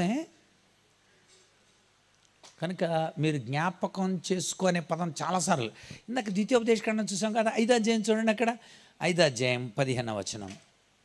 నీకు ఐగుప్తు దేశమందు దాసుడివై ఉన్నప్పుడు నీ దేవుడైన యెహోవా బాహుబలము చేత చాచిన చేతి చేత నిన్ను అక్కడి నుండి రప్పించినని జ్ఞాపకం. నువ్వు చీకట్లో ఉన్నప్పుడు వెలుగులో నడిపించాలా నిన్ను? నువ్వు లోకంలో పడి కొట్టుకుపోతున్నప్పుడు రక్షణ నీకు ఇచ్చి సంఘంలో చేర్చలేదా నిన్ను? ఐగుప్తులో నుండి నిన్ను బయటికి తీసుకొచ్చాడు ఆయన. విడుదలిచ్చిన దేవుడు. ఒకటి సృష్టికర్త అయిన దేవుడు, రెండవది విడుదలిచ్చిన దేవుడు. జ్ఞాపకం చేసుకున్నావు నువ్వు? అది జ్ఞాపకం చేసుకుంటే నీలో మార్పు వస్తుంది.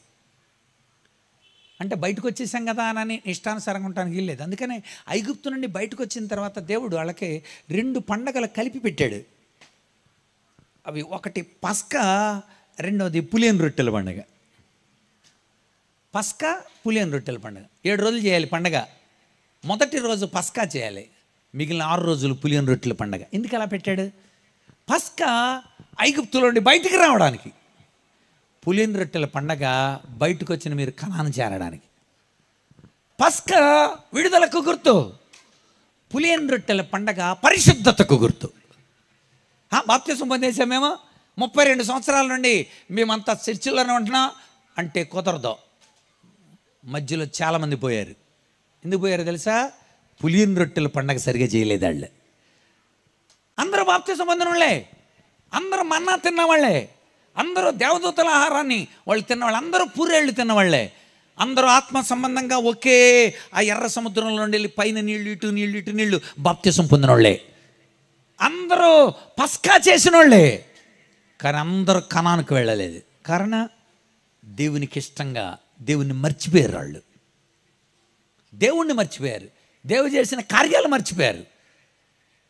మా చర్చిలో కూడా కొంతమంది పెళ్ళయ్యేదాకా చర్చిలో రెగ్యులర్, యూత్కి రెగ్యులర్, అన్నిటికి రెగ్యులర్, అసలు పాటల్లో రెగ్యులర్. పెళ్ళి అయిందండి, దేవుడు చక్కగా పెళ్లి చేశాడు, ఇప్పుడు వరకు రాలా ఆ పిల్ల. ఏంటండి మర్చిపోయారు. రేవు దాటేసిన తర్వాత ఇక దేవుడు అవసరంలా. అందుకని అన్నాడు ఇక్కడ చాలా అంతేనండి. చాలా హీన దశల్లో మనమంతా బ్రతికిన రోజులు మన పూర్వీకులను అడగాలి.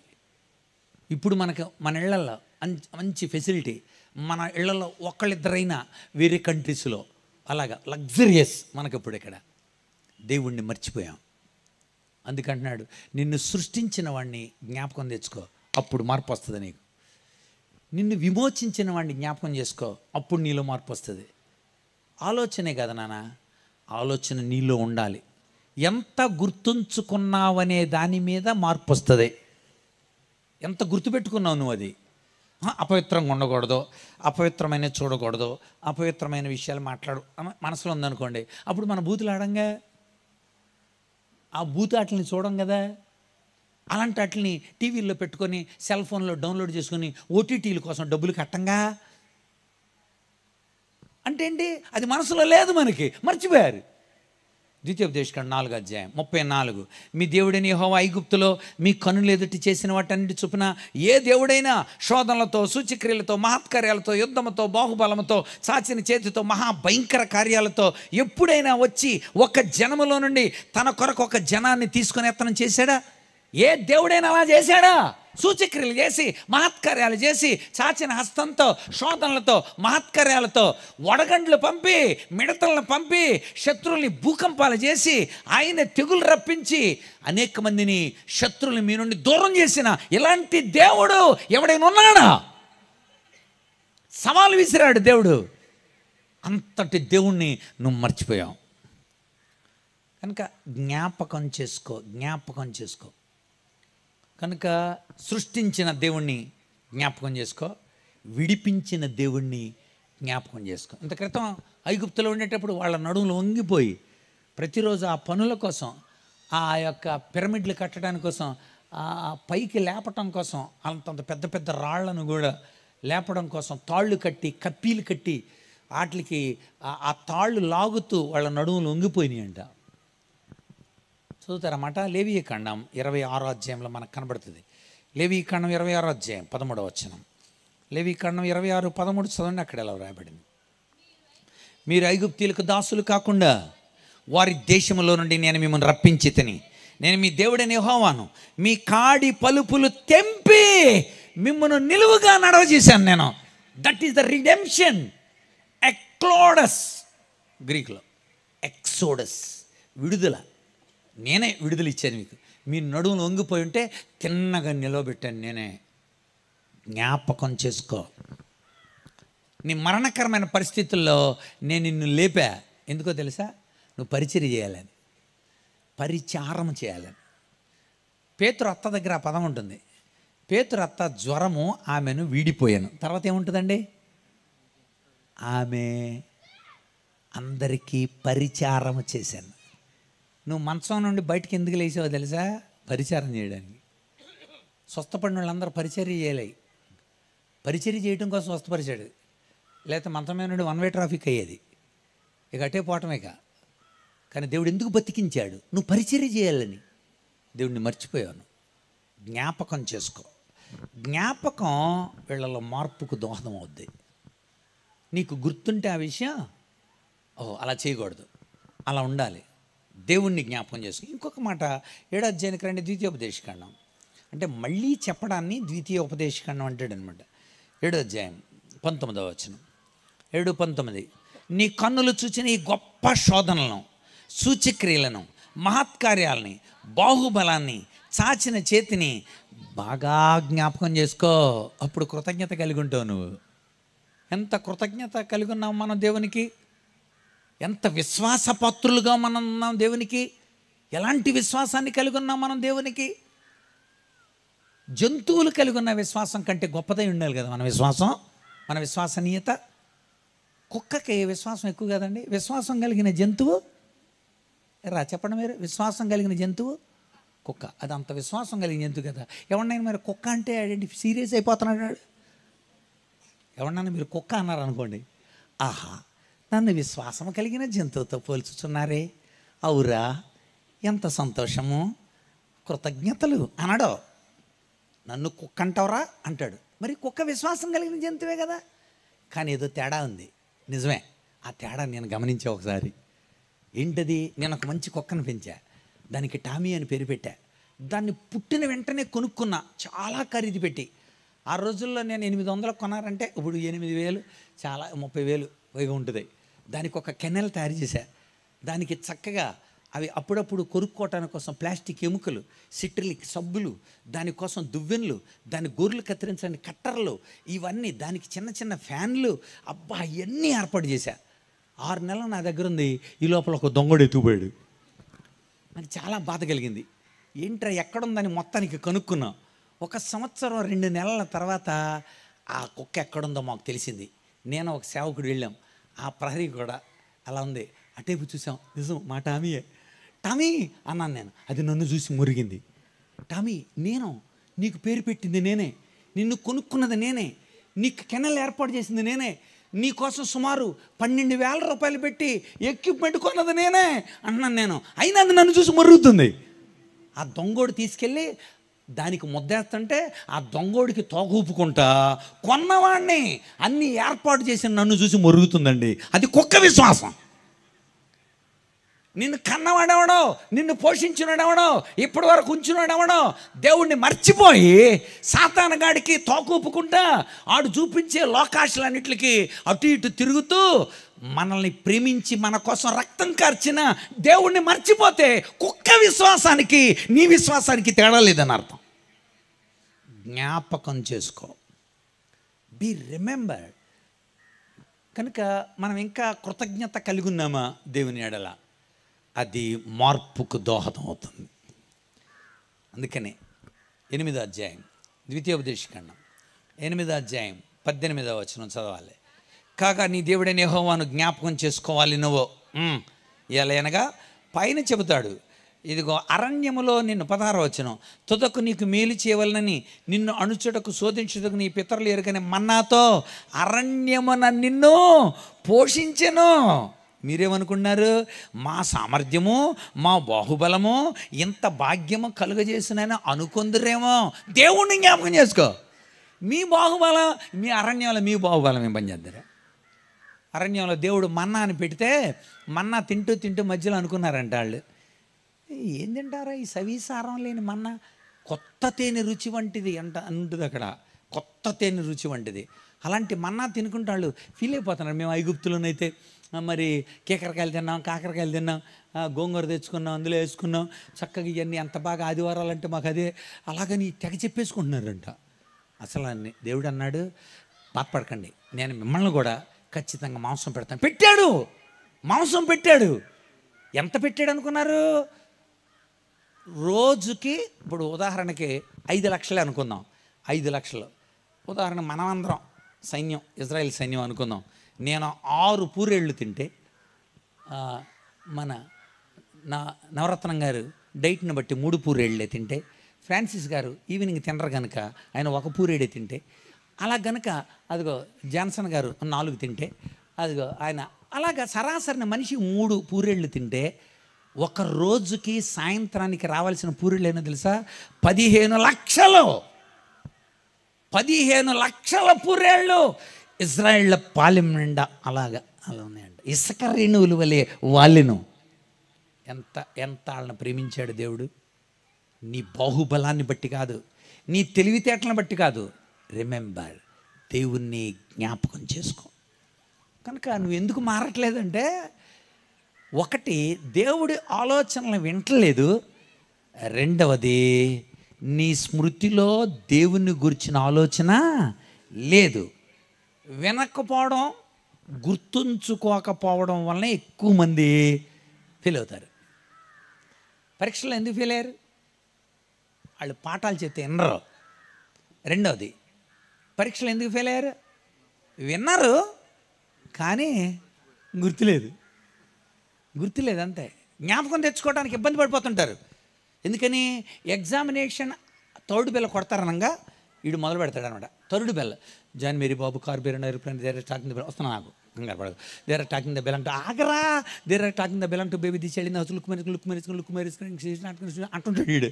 ఒక కాలు ఇటు, ఒక చెయ్యి ఇటు, ఈ లోపల బెల్ కొట్టు పట్టేసి వెళ్ళిపోతాడు. అక్కడికి వెళ్ళిన ఆలస్యంగా వచ్చాడు, జ్ఞానం లేదా అంతే, మొత్తం పోయిందంతే. ఎక్కడ గుర్తుంటుంది అడిగి? సరుకు లోపల ఉండాలంటే మనస్సు పెట్టి వినాలి.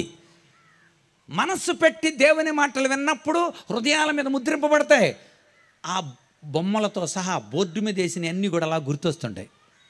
ఎగ్జామినేషన్ ఇక 10 రోజులు ఉందనగా అందరికీ, లేకపోతే శ్రమ వచ్చినప్పుడు వెంటనే ప్రార్థనలు ఎక్కువైపోతాయి.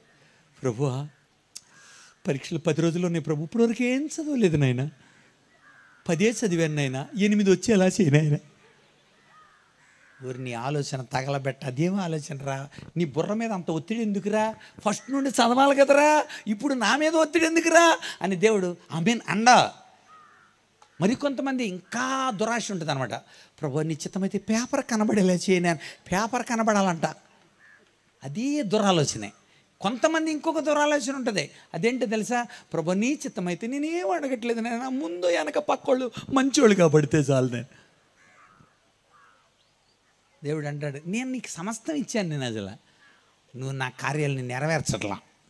స్మృతిలో లేడు దేవుడు, మన స్మృతిలో ఉండాలి. మూడో విషయం గుర్తుపెట్టుకోండి, ఒకటి ఆలోచన, రెండవది మెమొరీ, జ్ఞాపకంలో ఉండాలి. మర్చిపోయావా? నువ్వు మర్చిపోతే నీ అమ్మా నాన్నని అడుగు అన్నాడు అక్కడ కదా, ద్వితీయోపదేశకాండం 32వ అధ్యాయం. నువ్వు మర్చిపోయావా?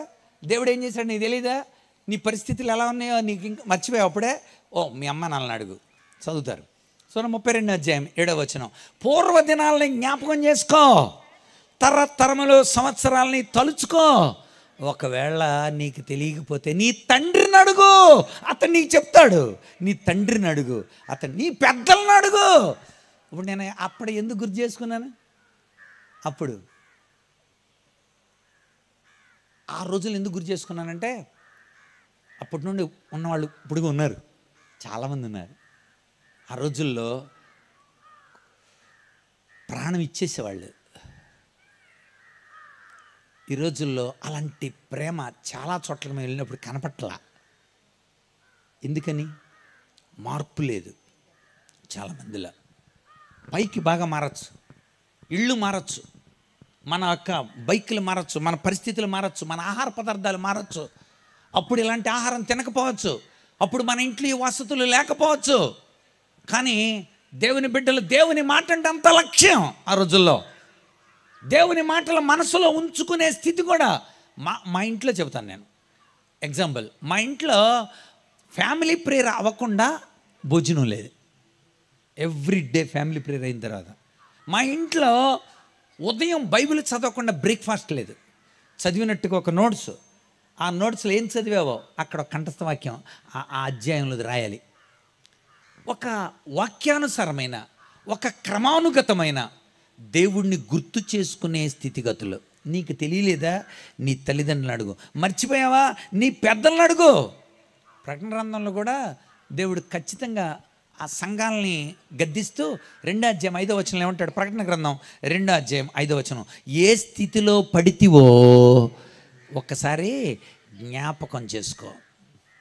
ఏ స్థితిలో పడిపోయావో, ఎలాంటి స్థితిలో జారిపోయావో, సంఘంలో ఉంటూనే దేవునికి విరోధంగా నీ హృదయ కఠినం చేసుకొని. కఠినం ఎలా అవుతుంది అనుకున్నారు? హృదయం పాపము వలన కలుగు భ్రమ చేత హృదయం కఠినం అవుద్ది అనమాట. అంటే అర్థమైందా మీకు? పాపము వలన కలిగే భ్రమను చూసారా, అది మనస్సుని కఠినం. అమ్మ నాన్న అవసరం లేదు, ఇక భార్య బిడ్డలు కూడా అవసరం లేదు, ఇక వాళ్ళు పాపం చేయటమే కావాలంతే. అందుకోసం సమస్తాన్ని వదిలేసుకుంటారు. నా ఇష్టం, నేను అలా చేస్తా, లేకపోతే చచ్చిపోతాను. నేను ఎంతోమంది కౌన్సిల్ చేశాను, నేను అలా ఎలా అంత కఠినం ఎలా అయిపోయారు వాళ్ళు? పాపం. అమ్మ, తల్లిదండ్రులను ఒకసారి గుర్తు తెచ్చుకోవే. నేను కనేటప్పుడు మీ అమ్మ చచ్చిపోయేదంటే అది చెప్తుంటే గుండె పగిలిపోయింది నాకే. అలాంటిది చచ్చిపోయిందని అనుకొని వాళ్ళు పెట్టి రెడీ చేస్తున్న టైంలో దైవజనులు వచ్చి ప్రార్థన చేస్తే చలనం వచ్చింది మీ అమ్మకై. నువ్వు బతికావు, మీ అమ్మని దేవుడు బతికిచ్చాడు. అలాంటి స్థితిలో మీ అమ్మ నిన్ను కంద, ఒకసారి గుర్తు చేసుకో. నాకు అవన్నీ అనవసరం, ఆడినిచ్చి పెళ్లి చేయాలంతే, లేకపోతే చచ్చిపోతా. ఏంటి కఠినం?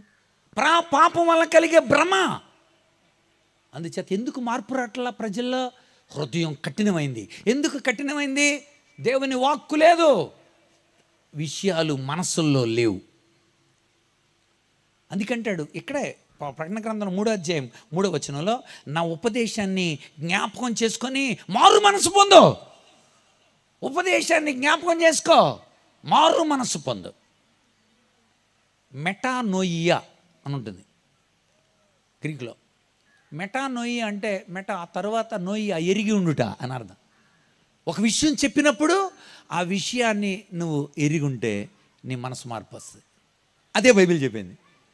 వినాలి, మనసులో ఉండాలి, అప్పుడు మార్పు వస్తుంది. సంగమా, మనలో ఎందుకు మార్పు లేదని అడుగుతున్నాడు దేవుడు. అలాగే వెళ్ళిపోదాం అనుకున్నా ఈ సంవత్సరం కూడా? నో. దేవుని వాక్యం మన మనస్సులో ఉండాలి. దేవుని వాక్యం జారిపోకుండా ఉండాలి. అపవాది ఎత్తుకొని పోయాను. ఎత్తుకుపోయాడు అంటే సరుకు లేదు లోపల. ఎగ్జామినేషన్ హాల్లో చాలామంది ఇలా అంటుంటారు. ఇలా అంటే వచ్చేద్దండి గుర్తు తెచ్చుకొని చదవకుండా. ఒక్కొక్కడు ఆన్సర్ క్వశ్చన్ చూసిన వెంటనే షిట్ అంటేనే వచ్చేస్తుందా? అది చదవేయడం లేదు అక్కడ, సరుకు లోపల లేదు అక్కడ, నువ్వేమన్నా కుదరదు అక్కడ. నీ హృదయ కాఠిన్యం, నీ మార్పు నొందిన హృదయానికి తగిన రిజల్ట్ వచ్చేది అక్కడ. పరీక్షల్లో ఉన్నావు. ఒక్కొక్కడు ఎగ్జామినేషన్ పేపర్లు దిద్దుతుంటే ఆ పేపర్లు ఎలా ఉంటుంది అనమాట. అయ్యా, నేను మొన్న టైఫాయిడ్తో 3 నెలలు బాధపడ్డానయ్యా, దయచేసి నన్ను పాస్ చేయండి అయ్యా. సారీ అయ్యా, రాయలేకపోయానయ్యా. Excuses are not stand in the test. పరీక్షల్లో ఎక్స్క్యూజెస్ పనిచేయవు. ఇది తెలుసుకోవాలి మీరు. అన్ని చోట్ల పనిచేస్తాయి, పరీక్షల్లో పనిచేయవు. ఇది పరీక్ష, విశ్వాస పరీక్ష. ఇది ఈ పరీక్షల్లో దేవుని ఎదుట నిలబడినప్పుడు పేపర్లు తింటారా, పరీక్ష పేపర్లో ఎక్స్క్యూజ్ కొట్టేయండి. అదే ఎక్స్క్యూజ్ ఏంటరా, కొట్టేయండి అక్కడ. అది ముందుండాలి, పరీక్షల్లో కాదు. అయ్యా క్షమించండి అయ్యా, నేను క్లాస్కి అటెండ్ కాలేకపోయాను, ఇంకోసారి చెప్పండి అయ్యా. చెప్తాడు మళ్ళీ దేవుడు నీకు. ప్రతిరోజు చదువుతుంటే దేవుడు చెప్తూనే ఉంటాడు. సంగమా అన్నాడు అక్కడ. దేవుడు తన యొక్క సంఘాలకి కూడా తెలియచెప్పాడు. ఈరోజు దేవుడు మనకు అందుబాటులో ఉన్నాడు. దీన్ని మర్చిపోతే, 3వ విషయం చెప్పి నేను ముగిస్తాను. మర్చిపోయిరి. ఎంత గుర్తుంది అన్న దాని మీద మార్పు ఉంటుంది. రెండవది, ఎంత శాతం మర్చిపోయావు అనే దాని మీద కూడా నీ మార్పు ఉంటుంది. బోధనా విధానాలు మేము మర్చిపోతే మళ్ళీ మార్పు వచ్చేద్ది. ఇంట్లో మీరు కూడా బాగా ఈ కర్రీ పాయింట్లు తెచ్చుకోవటం అలవాటు చేసుకుంటే కూర వండటం మర్చిపోతారు. ముందు వెనకాల ముందుది. మొన్న బాగానే చేశాను, ఎలా చేసావు? అప్పుడు యూట్యూబ్ చూసుకుంటా. ఇటు యూట్యూబ్ చూసుకుంటూ ఆ నూనె వేగిన వెంటనే అప్పుడు కందిపప్పు వేయవాలని వేసాను. తర్వాత గోంగూర తరిగినది ఉంచుకున్నారు కదా, దాన్ని బాగానే చేశారు. కానీ ముందు వెనక ఏమైందో తెలియదు. ఫీడింగ్ సరిగ్గా లేదు. వినాలి, గుర్తుంచుకోవాలి, మర్చిపోకూడదు. ద్వితీయోపదేశకాండం 4వ అధ్యాయం 23, నా నిబంధనలు మీరు మర్చిపోయారు. ఈ పదం చాలా అసలు ఎలా సాధ్యమైందండి వాళ్ళకి? మర్చిపోవటం ఎలా సాధ్యమైంది? సాధ్యమే. ఎలా సాధ్యమంటే, దానికి మనము ప్రాధాన్యత ఇవ్వకపోతే మర్చిపోతాం. ఉదాహరణకి మీ సెల్ ఫోన్ నెంబరు మారింది, కొత్త సిమ్ వేసుకున్న తర్వాత పాత నెంబర్ చెప్పమంటే చాలా ఇబ్బంది పడుతున్నారు మీరు. అదేంటిది? ఎందుకంటే దానికి మీరు ప్రాధాన్యత ఇవ్వలేదు. దేనికైతే ప్రాధాన్యత ఇస్తారో అది ఫస్ట్ ప్లేస్లో ఉంటుంది. యూట్యూబ్లోనైనా ఎందులోనైనా నువ్వు ఏది చూస్తున్నావో అలా తీస్తే చాలే. ఎక్కువ ప్రాధాన్యత ఇస్తున్నావో, తెలంగాణ వంటలు చూస్తున్నావు అనుకోండి, నెక్స్ట్ యూట్యూబ్ ఏం చేస్తాడో తెలుసా? కిందన్నీ తెలంగాణ వంటలు వచ్చేలా చేస్తాడు. నువ్వు దేనికి ప్రాధాన్యత ఇస్తావో అదే నీ మైండ్లో ఉంటుంది, మిగిలిన మర్చిపోతావు. దేవుడు మతిమరుపు కాదు, అది మర్చిపోవటం ఒక కళ. అలా మర్చిపోకపోతే మనసు గుర్తుంచుకోలేక చచ్చిపోద్ది. కానీ దేవుడు అంటాడు, ఏది గుర్తుంచుకోవాలో వాటిని గుర్తుంచుకోవాలి, ఏవి మర్చిపోవాలో వాటిని మర్చిపోవాలి. వెనక ఉన్నవి మరచి అన్నాడు. వెనక ఉన్నవి మరచి. పౌలు వెనక ఏం పెట్టాడు అనుకున్నాడు? వెనక తోసేసాడు. 4 విషయాలు వెనక తోసేసాడు పౌలు. పుట్టుకతో వచ్చినాయి 3 విషయాలు వెనక తోసేసాడు పౌలు. అవి సంపాదించుకున్నాయి. పుట్టుకతో వచ్చిన 4, సంపాదించుకున్న 3, 7 వెనక తోసేసాడు. ఏంట 7? మొట్టమొదటిది, 8వ దినమున సున్నతి పొందితే. అది ఫిలిప్పీ పత్రిక 3వ అధ్యాయం 5వ వచనం నుండి 6, 7 వచనాలను వరుస చదివితే, 8వ దినమున సున్నతి పొందింది. నెంబర్ 1 పుట్టుకతో నాకు వచ్చిన ఏంటో తెలుసా? నెంబర్ 1 యూదుణ్ణి నేను. 8వ దినమున సున్నతి పొందితే నేను యూదుణ్ణిరా. ఎవరిని అనుకున్నావు? ఈ బడాయిని వెనక్కి తోసాడు, నేను యూదుణ్ణి అని. నెక్స్ట్ 2వది, ఇజ్రాయేల్ వంశస్థుడు నేను. ఇజ్రాయేల్ అంటే ఏంటి అనుకుంటున్నారు? ఇజ్రాయేల్ అంటే రోమపత్రిక 9:5లో ఉంటుంది. దత్తపుత్రత్వం వీరిదే, ఆజ్ఞలు వీరివే, ధర్మశాస్త్ర సంబంధాలన్నీ వీళ్ళవే, అర్చన ఆచారాలన్నీ వీళ్ళవే, ప్రవక్తలందరూ వీరి వాళ్ళే. యేసుప్రభు వచ్చింది కూడా యూదుల్లో నుండే. ఇజ్రాయేల్ నేనే. ఇజ్రాయేలు అంటే దేవుని దత్తపుత్రులు. నేను యూదుణ్ణి. 2వది, నేను ఇజ్రాయేలీని. దీన్ని కూడా వెనక్కి తోసాడంట, పుట్టుకతో వచ్చినాయి. ఇంకా 3వది, బెన్యామీను గోత్రికుణ్ణి. ఫస్ట్ రాజు ఎవరో తెలుసా? మావోడే. అలా చెబుతుంటాంగా మనోడేని. ఆడెక్కడెక్కడో ఉంటాడు, మన ఇంటి పేరు వాళ్ళ ఇంటి పేరు కలిస్తే చాలు అసలు వాళ్ళు మనోళ్ళే అని చెప్పుకోవటానికి చాలా గర్వంగా చెబుతుంటాం. ఈ మధ్యన అలాంటి సంఘాల్లో కూడా వచ్చింది. ఎరా స్పీకర్ని పిలిచావు మనోడేనా అని అడుగుతున్నారండి. అంటే మనోడైతే పిలుస్తారనమాట, మనోడు కాకపోతే పిలవరనమాట. అలాంటివి కూడా వచ్చేసినాయి. మనోళ్ళందరూ ఒక సంఘం, వాళ్ళందరూ ఒక సంఘం, అలా కూడా సంఘాలు పెడుతున్నారంట, మనకు తెలియదు. ఇక్కడ బెన్యామీను గోత్రికుడే నేను. ఫస్ట్ కింగ్ సౌల్ రా, నా పేరు అది పెట్టారు. ఆ గోత్రంలో పుట్టినోడిని. అది కూడా పుట్టుకతో వచ్చిన బడాయే. 4వది ఇంకోటి ఉంటుంది, హెబ్రీయుణ్ణి. ఎప్పుడు అనుకున్నా మా జాతి కనానులో నుండి యోసేపును బట్టి ఐగుప్తుకి వెళ్ళి, ఐగుప్తులో నుండి మోషేని బట్టి అలాగ ఈనాటి వరకు వచ్చిన హెబ్రీయుణ్ణి నేను. ఈ 4 పుట్టుకతో నుండి వచ్చిన బడాయిలు అట్ని వెనక పెట్టేసాడంట. నేను ఎవరిని అనుకున్నావు? సిక్కాముని దాన్ని వెనక తోసేయాలి రా బాయ్, వెనక తోసేయాలి. ఆ వెనక తోసేసిన వాటిని ఎప్పుడు బయటికి తీసుకురాకూడదు. వెనుక ఉన్నవి మరచంటే మనం ఏమనుకుంటాం తెలుసా? పాపాలు, శాపాలు, వీటి గురించి రాయలే పౌలు. నేను వెనక్కి పెట్టేశాను, ఇట్లాంటి నష్టంగా ఏం చేసుకున్నాను నేను, వాటిని మళ్ళీ తీసుకురాను. నేను గుర్తు చేసుకున్నట్లని అసలు మర్చిపోతానంతే. అట్లా పుట్టిని మన కష్టపడి 3 ఉన్నాయి అక్కడ. తాను కష్టపడి నెంబర్ 1 మొట్టమొదటిది చదవాలి అక్కడ. ధర్మశాస్త్రంలో పరిచయుణ్ణి అంటే అర్థం శాస్త్రాలు చదివినోడిని నేను. 3వ తరగతి చదువుతుండగా గమాలియేలు పాదాల దగ్గర పెట్టారు పౌల్ని. 8వ సంవత్సరంలో వెళ్ళాడు. 13 సంవత్సరాలు శాస్త్రాలు చదివాడు. 21 సంవత్సరం వచ్చేంత వరకు పౌలు గమాలియేలు పాదాల దగ్గర ఉన్నాడు. శాస్త్రజ్ఞానం ఎరిగినాడు. కష్టపడ్డాను రా నేను. ఎవడున్నాడు అలాంటాడు? అలా అంటున్నాడు అనమాట. దాన్ని కూడా వెనక పెట్టేసాడు. నేను ఇంత చదివా. నీ చదువు కాదు ఎక్కడ, దేవునితో నీకున్న సంబంధం కావాలి. ఎంత గుర్తుంది దేవుని వాక్కు ఉండాలి. ఏం చదివితే ఉపయోగం ఉండే? చదువు ఉంటే సంస్కారం లేకపోతే ఎవరికి కావాలి? అది దేవుడు అడిగేది. కష్టపడినట్లో నేను పరిచయం. యూదులలో ఈ శాస్త్ర గ్రంథాలు చదివిన వాళ్ళని చక్కగా బోధకులుగా, రబ్బీలుగా అలా పెట్టి చాలా అద్భుతంగా వాళ్ళకి మంచి ప్రాధాన్యత ఇస్తారనమాట. నేను అలాంటి బోధకుడిని. తర్వాత ఏమన్నాడు? ఆసక్తి విషయంలో సంఘాన్ని అయ్యో మనం చేసే పనులు ఎంత గొప్ప అనుకున్నావు. మొన్న స్టెఫన్ను చంపడానికి కోసం ఎక్కడున్నా పక్కనే ఉన్నా. అలాంటి వాడు ఎవడైనా అడ్డుపడితే వాళ్ళందరినీ చంపేస్తాను నేనే. అంత ఆసక్తి. తాము సిగ్గుపడవలసిన విషయాల్లో గర్వంగా చెప్పుకుంటారంట. మొన్న వాళ్ళు అలాగే చెప్పుకున్నారు. ఇదిగో మేమైతే వివస్త్రాలను చేసి ఊరంతా ఊరేగిచ్చాం, అది గొప్ప. అది గొప్ప. ఆళ్ళతో చేతులు కలిపి 4000 తుపాకీలు తెచ్చుకున్నాం, అదేమన్నా గొప్ప? చర్చిలు 400 చర్చిల్ని నాశనం చేశాం, 300 చర్చిల్ని కూల్చేశాం, అదేమన్నా గొప్ప? కనుక ఈరోజు దేవుడు అంటున్నాడు, సిగ్గుపడవలసిన విషయాల్ని గర్వంగా చెప్పుకునే ఆసక్తి ఉందా నీ దగ్గర? వెనక్కి పెట్టేశా అలాంటి ఆసక్తి అంతా. అంటే నీకున్న ఆసక్తి ఎదుటోళ్ళు అబ్బబ్బా ఏం పనులు చేసేవరా. మొన్న ఎవడో దేవుని నమ్మిన పిల్లలు దండయాత్ర చేస్తుంటే పేడ నీళ్లు పోసాడు. పేడ నీళ్లు పోసినోడికి సాయంత్రం ఒక దుర్మార్గుడు 25,000 వేసాడు. నువ్వు పేడ నీళ్ళు పోసావురా, వెరీ గుడ్ రా, నీ ఆసక్తి గొప్పదని. ఇదేనా నువ్వు నేర్పే సాంప్రదాయం?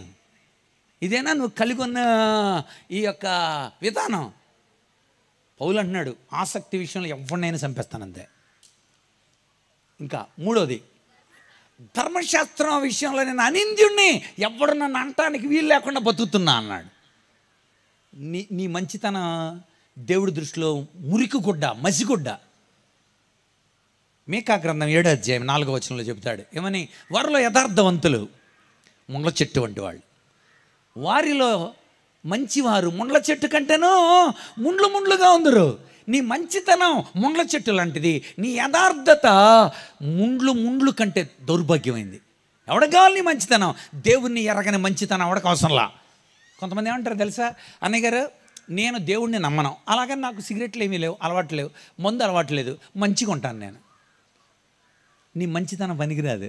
దేవుణ్ణి నమ్మని మంచితనం ఎవడికి కావాలి? అది ఒక మంచితనమేనా? మంచితనం అనేది దేవుని ఎరిగి ఉండడం. అంచేత పౌలు ఏమన్నాడో తెలుసా, ఇదిగో నేను 4 విషయాలు పుట్టుకతో నుండి పొందా, 3 విషయాలు కష్టపడి పొందా, ఈ 7 బడాయిలను కూడా వెనక్కి పెట్టేశా, ఇంకెప్పుడు వాటిని జ్ఞాపకం చేసుకోను అన్నాడు. అందుకని అక్కడ అంటాడు 12, 13 వచనాలలో, వెనుక ఉన్నవి మరచి అని ఎందుకన్నాడు? వెనకున్న పాపాల గురించి కాదు, వెనక్క తోసేసాను వాటిని, మర్చిపోయాను. మరవాల్సినవి మరవాలి. దేవుణ్ణి మరిచారా? ముందున్నయే గుర్తొస్తున్నాయి నాకు. ఎస్, మీరు మర్చిపోయారా? 106వ కీర్తనలో ఇజ్రాయేలీలు చేసిన పాపాలను గుర్తు చేశాడు. నిజంగా మీరు కూడా మర్చిపోతే మీలో మార్పు రాదు. చూడండి అక్కడ రాయబడిన మాట వరుసగా 106వ కీర్తనలో. ఇవన్నీ లోపాలే. వారు ఆయన మాటలు నమ్మిరి. అక్కడ 13వ వచనం చూడండి, అయినను వారు ఆయన కార్యములను వెంటనే మర్చిపోయారంట. అదేం చిత్రం అండి. ఈరోజు మర్చిపోతే మీలో మార్పు రాదు. అందుకనే మధ్యలోనే పోయారు చాలామంది. మార్పు రాలా. పౌలు చాలా బాధపడ్డాడు. పౌలు, మీరు కొరింథీ పత్రిక చదవండి ఇంటికి లేక, 8, 9, 10 అధ్యాయాలు. 8, 9, 10 అధ్యాయాలు. 8వ అధ్యాయంలో కొరింథీయుల యొక్క స్వతంత్రత అంటే తమకి ఇష్టానుసారంగా బతకడం, దేవుని మాటలు వినకుండా, దేవుని మాటలు మనసులో ఉంచుకోకుండా, దేవుని విషయాలు మర్చిపోయి స్వతంత్రంగా వ్యవహరించడం. నీకున్న స్వతంత్రం ఉందని అడ్డుగోలుగా బతకూడదు. నీకు స్వతంత్రం ఉందని అన్నీ చేయదగినవి కాదు. నాకు స్వతంత్రత ఉంది కదా అని నెహ్రూ అదే అంటాడు. స్వతంత్రం ఉందో అంటే ఇసనకర్ర ఇసురుకోవటం, కానీ ఈ స్వతంత్రం పక్కోడికి తగలకూడదురా. నీ ఇసనకర్ర పక్కోడు తగలకూడదు. స్వతంత్రం ఇతరులకు హాని చేయకూడదు. కొరింథీయుల స్వతంత్రత ఎంత నాశనం చేసిందో అనేది 8వ అధ్యాయం.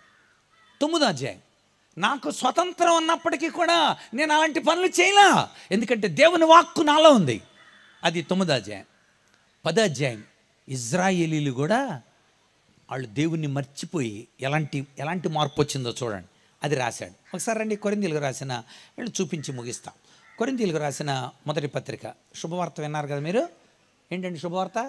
ముగిస్తాననే పదం మొట్టమొదటికి వచ్చింది. 5-6 సార్లు రాదిక, ఒకసారి వస్తుంది నా దగ్గర.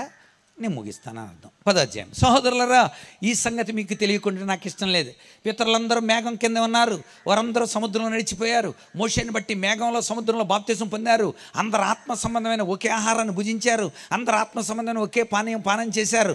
ఏలయనగా తమను వెంబడించిన ఆత్మ సంబంధమైన బండలోని తాగారు. ఆ బండ క్రీస్తే. అయితే వారిలో ఎక్కువ మంది దేవునికి ఇష్టలుగా ఉండలేకపోయారు. ఎందుకు ఉండలేకపోయారు? మర్చిపోయారండి. గుర్తుపెట్టుకోండి, మనలో మార్పు రావాలంటే మార్పు నందని నీ హృదయ కాఠిన్యాన్ని నేను లెక్కలోకి తీసుకుంటా. That is the GPC. నీలో మార్పు రావాలంటే ఒకటి, దేవుని ఆలోచన తెలుసుకోవాలి. రెండవది, అది నీ మనసులో ఉండాలి. మూడవది, మర్చిపోకూడదు. మర్చిపోయేరి వారి మరచి దేవుని మార్గములను మరచి దేవతలను అనుసరించాలి. వారు విధులు అనుసరింపక దేవునిని బాధ పెట్టిరి. ఇలాంటి మాటలు మనకు న్యాయాధిపతుల్లో చాలా ఎక్కువసార్లు కనబడుతూ ఉంటుంది. దేవుడు అందుకే గుర్తు చేస్తున్నాడు ఇక్కడ. కొంతమంది ఇష్టలుగా లేకపోయారంట. ఆ తర్వాత ఏమనుంది? వారు ఆశించిన ప్రకారం మనం కూడా చెడ్డవాటిని ఆశింపకుండానట్లు ఈ సంగతులు మనకు దృష్టాంతాలుగా ఉన్నాయి. మనం కూడా గుర్తు చేసుకోవాల్సినవి గుర్తు చేసుకోండి, మర్చిపోవాల్సినవి మర్చిపోండి. అవి వెనకున్నాయి మర్చిపోండి. బలవంతంగా కూడా మర్చిపోయే అవకాశం ఉందా అని క్వశ్చన్ అవర్లు అడిగారు నన్ను. అన్నయ్య, చాలా బెటర్ ఎక్స్పీరియన్స్ నేను ఫీల్ అయ్యాను. బలవంతంగా మర్చిపోవచ్చు. బలాత్కృత విస్మృతి అంటారు దాన్ని సైకాలజీలో. దాన్ని సహజంగా రిప్రెషన్ అనే పేరుతో పిలుస్తారు. రిప్రెషన్, తెలుగులో దమనము. దమనము అంటే అర్థం ఏంటంటే, టీచర్లు అంటే తెలుసు దానికి. దమనము అంటే బలవంతంగా మర్చిపోవటానికి. నేను కౌన్సిలింగ్లో ఒక అమ్మాయిని అడిగాను, నువ్వు ఎలా మర్చిపోయావు అతన్ని అని. ఎలా మర్చిపోయావమ్మా? 3-4 సంవత్సరాలు కలిసి తిరిగారుగా, మీరు ఎలా మర్చిపోయావు అంటే అందే, ఆడు పనికి మళ్ళాడనయ్యా, ఆడొక సవట, ఆడొక దద్దమ్మ, వాళ్ళ నాన్న అమ్మలకి చెప్పుకోలేడు అనయ్యా, నన్ను పోషించుకోవడానికి ఆడు దమ్ములేనాడు అనయ్యా, అసలు ఆడు అని తెగతీటేస్తుంది. ఓహో, తను అసహించుకుంది కనుక మనస్సు ఆమె ఫోన్ నెంబర్, ఆడి ఫోన్ నెంబర్ను కూడా మర్చిపోయింది. నువ్వు ఏది అసహించుకుంటావో దాన్ని మర్చిపోద్ది నీ మనస్సు. ఏది వద్దనుకుంటావో దాన్ని పెండింగ్ ఫైల్లోకి తీసుకెళ్ళిపోద్ది మనస్సు. బైబిల్ చదవాలని నీ మనస్సుకి అలవాటు చేస్తే ప్రతిరోజు గుర్తు చేస్తుంది నీ మనస్సే బైబిల్ చదవమని. యూట్యూబ్ గుర్తు చేసినట్టు, అలారం కొట్టినట్లు. ఎందుకని? అది పైన ఉంటుంది అన్నమాట. మీరు ఫోన్ కాల్స్ కూడా, నేను మా డ్రైవర్ ఫోన్ నెంబర్ ఎక్కువ నొక్కుతూ ఉంటాం కదా, 6లో నొక్కిన వెంటనే ఫస్ట్ డ్రైవర్ ఫోన్ నెంబర్ వచ్చింది. ఎందుకని? 6లో 137 ఫోన్ నెంబర్లు ఉన్నాయి. అవన్నీ రావు. ఫస్ట్ నేను దేన్ని వాడుతున్నానో ఆ ఫోన్ నెంబర్ టక్మని పైకి వస్తుంది. ఎందుకని? అది మెమరీలో ఉంది. ఎక్కువ యూటిలైజ్ చేస్తున్నా, ఎక్కువ జ్ఞప్తి తెచ్చుకున్నా, ఎక్కువ వాడుతున్నా. నువ్వు మర్చిపోతున్నావా? అలా పెండింగ్ ఫైల్కి వెళ్ళిపోద్ది అన్నట్టు. ఒకనొక టైంలో రెఫరెన్స్ గుర్తు రావడం కష్టమైపోద్ది నీకు. ఆ వాక్యం ఎక్కడుందో చెప్పలేవు. క్విజ్ పెడితే, పరీక్ష పెడితే రాయలేవు. ఎందుకని? మర్చిపోయావు. నువ్వు ఎప్పుడో బైబిల్ చదవటం మర్చిపోయావు, ప్రార్థన చేయటం మర్చిపోయావు, లేఖనాలను మర్చిపోయావు. అందుకంటాడు, వాక్కు వినాలి, ఇన్స్ట్రక్షన్స్ వినాలి, ఇన్స్ట్రక్షన్ మనస్సులో ఉండాలి. మూడవది, మర్చిపోకూడదు. ఈ 3 ప్రిన్సిపల్స్ గుర్తుపెట్టుకోండి. ఢిల్లీలో మీరు నిన్న చూసుంటారు, అన్న వెంటనే అందరూ ఎలా తిరిగి ఏమరిశాడో మనకు తెలియట్లే కదా. ఏమరిశాడు మనకు తెలియదు, కానీ వాళ్ళు అన్న అందరూ అలా అంటున్నారు. నాకు చాలా ఆశ్చర్యం అనిపించింది. ఈ 3 మాటలు గుర్తుపెట్టుకోండి. వాళ్ళు కమాండర్ మాట విన్నారు. రెండవది, ఆ మాటకి ఏం చెయ్యాలో మనస్సులో వాళ్ళకి విషయం ఉంది. అది మర్చిపోయారు అనుకోండి, ఇటుపడి ఇటు తిరుగుతారు. అంతే కదా.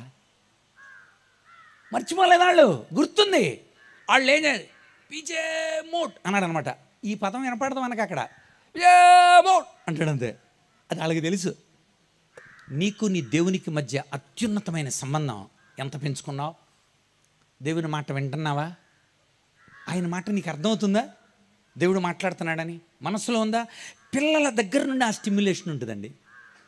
మా పిల్లకి స్నానం చేస్తూ నా భార్య ఇలా మాట్లాడుకుంటున్నారు వాళ్ళిద్దరు. నాన్న ఇష్లు పోసుకున్న తర్వాత ఆమ్ తిని ఆచి వెళ్దామే అంటుంది. ఇష్లు ఏంటి, ఆమ్ ఏంటి, ఆచి ఏంటి? నా దగ్గర ఎన్సైక్లోపీడియా బ్రిటానికా అని 29 వాల్యూములు ఉన్నాయి అన్నమాట. అందులో ఎక్కడ ఇష్లు లేదు, ఆమ్ లేదు, ఆచి కూడా లేదు. లిఫ్కో పాకెట్ డిక్షనరీ వరకు ఆక్స్ఫర్డ్ ఎన్ని ఎతికినా దొరకట్లా.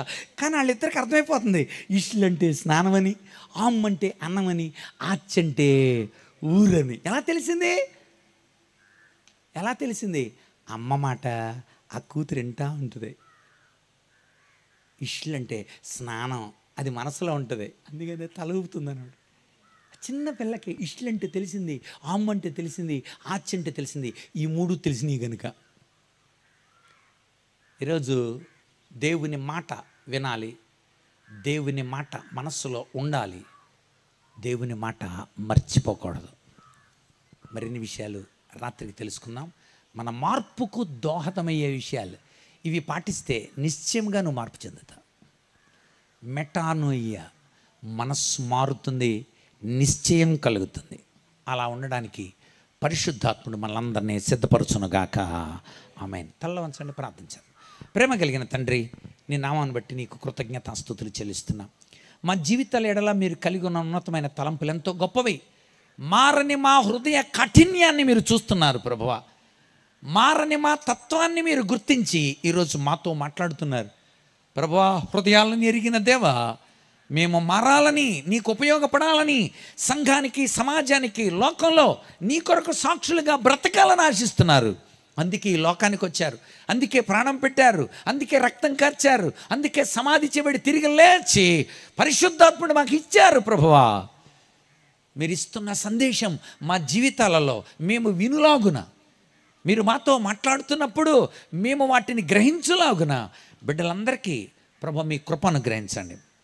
దానిని మనసులో ఉంచుకొని మర్చిపోకుండా దానిని చేయనట్లు కృప దయచేయండి. సమస్తానికి మించిన క్రీస్తు సమాధానాన్ని హృదయానికి, తలంపులకు కావలి ఉంచండి. నీ మాటలను మర్చిపోనప్పుడు, నీ మాటలను గుర్తుంచుకున్నప్పుడు, నిన్ను నిరంతరం ధ్యానిస్తున్నప్పుడు, నీ మాటలు వింటున్నప్పుడు మాలో కలిగే మార్పు ప్రభువా నీకు ఇష్టమైంది. రేపొద్దున నీవు మమ్మల్ని అందరినీ నీ ఎదుట, న్యాయపీఠం ఎదుట నిలబెట్టుకున్నప్పుడు సిగ్గుపడనక్కర్లేని బిడ్డలుగా ఉన్నట్లు మమ్మల్ని దీవించమని ఏర్పాటు చేసిన సంఘ కమిటీకి, సంఘ కాపరికి చేరిన మమ్మల్ని అందరినీ ఆశీర్వాదాలతో నింపి పంపించమని మా ప్రభువు, మా రక్షకుడు వాక్య దర్శనంతో మాతో మాట్లాడి హృదయాలపై రాసి మనస్సు అనే పెట్టెలో పెట్టి మర్చిపోకుండా ఆత్మ ద్వారా మమ్మల్ని బలపరుస్తున్న యేసయ్య పరిశుద్ధ నామమున స్తుతించి వేడి ప్రార్థిస్తున్నాము తండ్రి. ఆమేన్, ఆమేన్. అందరికి వందనాలండి. Thank you. May God bless you. మన తండ్రి అయిన దేవుని నుండి, మన ప్రభు అయిన యేసుక్రీస్తు నుండి, మన ఆధారకర్త అయిన పరిశుద్ధాత్మ నుండి ఇక్కడ కూడి ఉన్నటువంటి మనకును, ఆయన్ని ప్రేమిస్తున్నటువంటి సకల పరిశుద్ధులకును, స్థానిక సంఘానికి ఆయన కృపా సమాధానములు నిత్యము తోడయుండి నడిపించునుగాక. ఆమేన్, ఆమేన్. అందరికీ వందనాలు.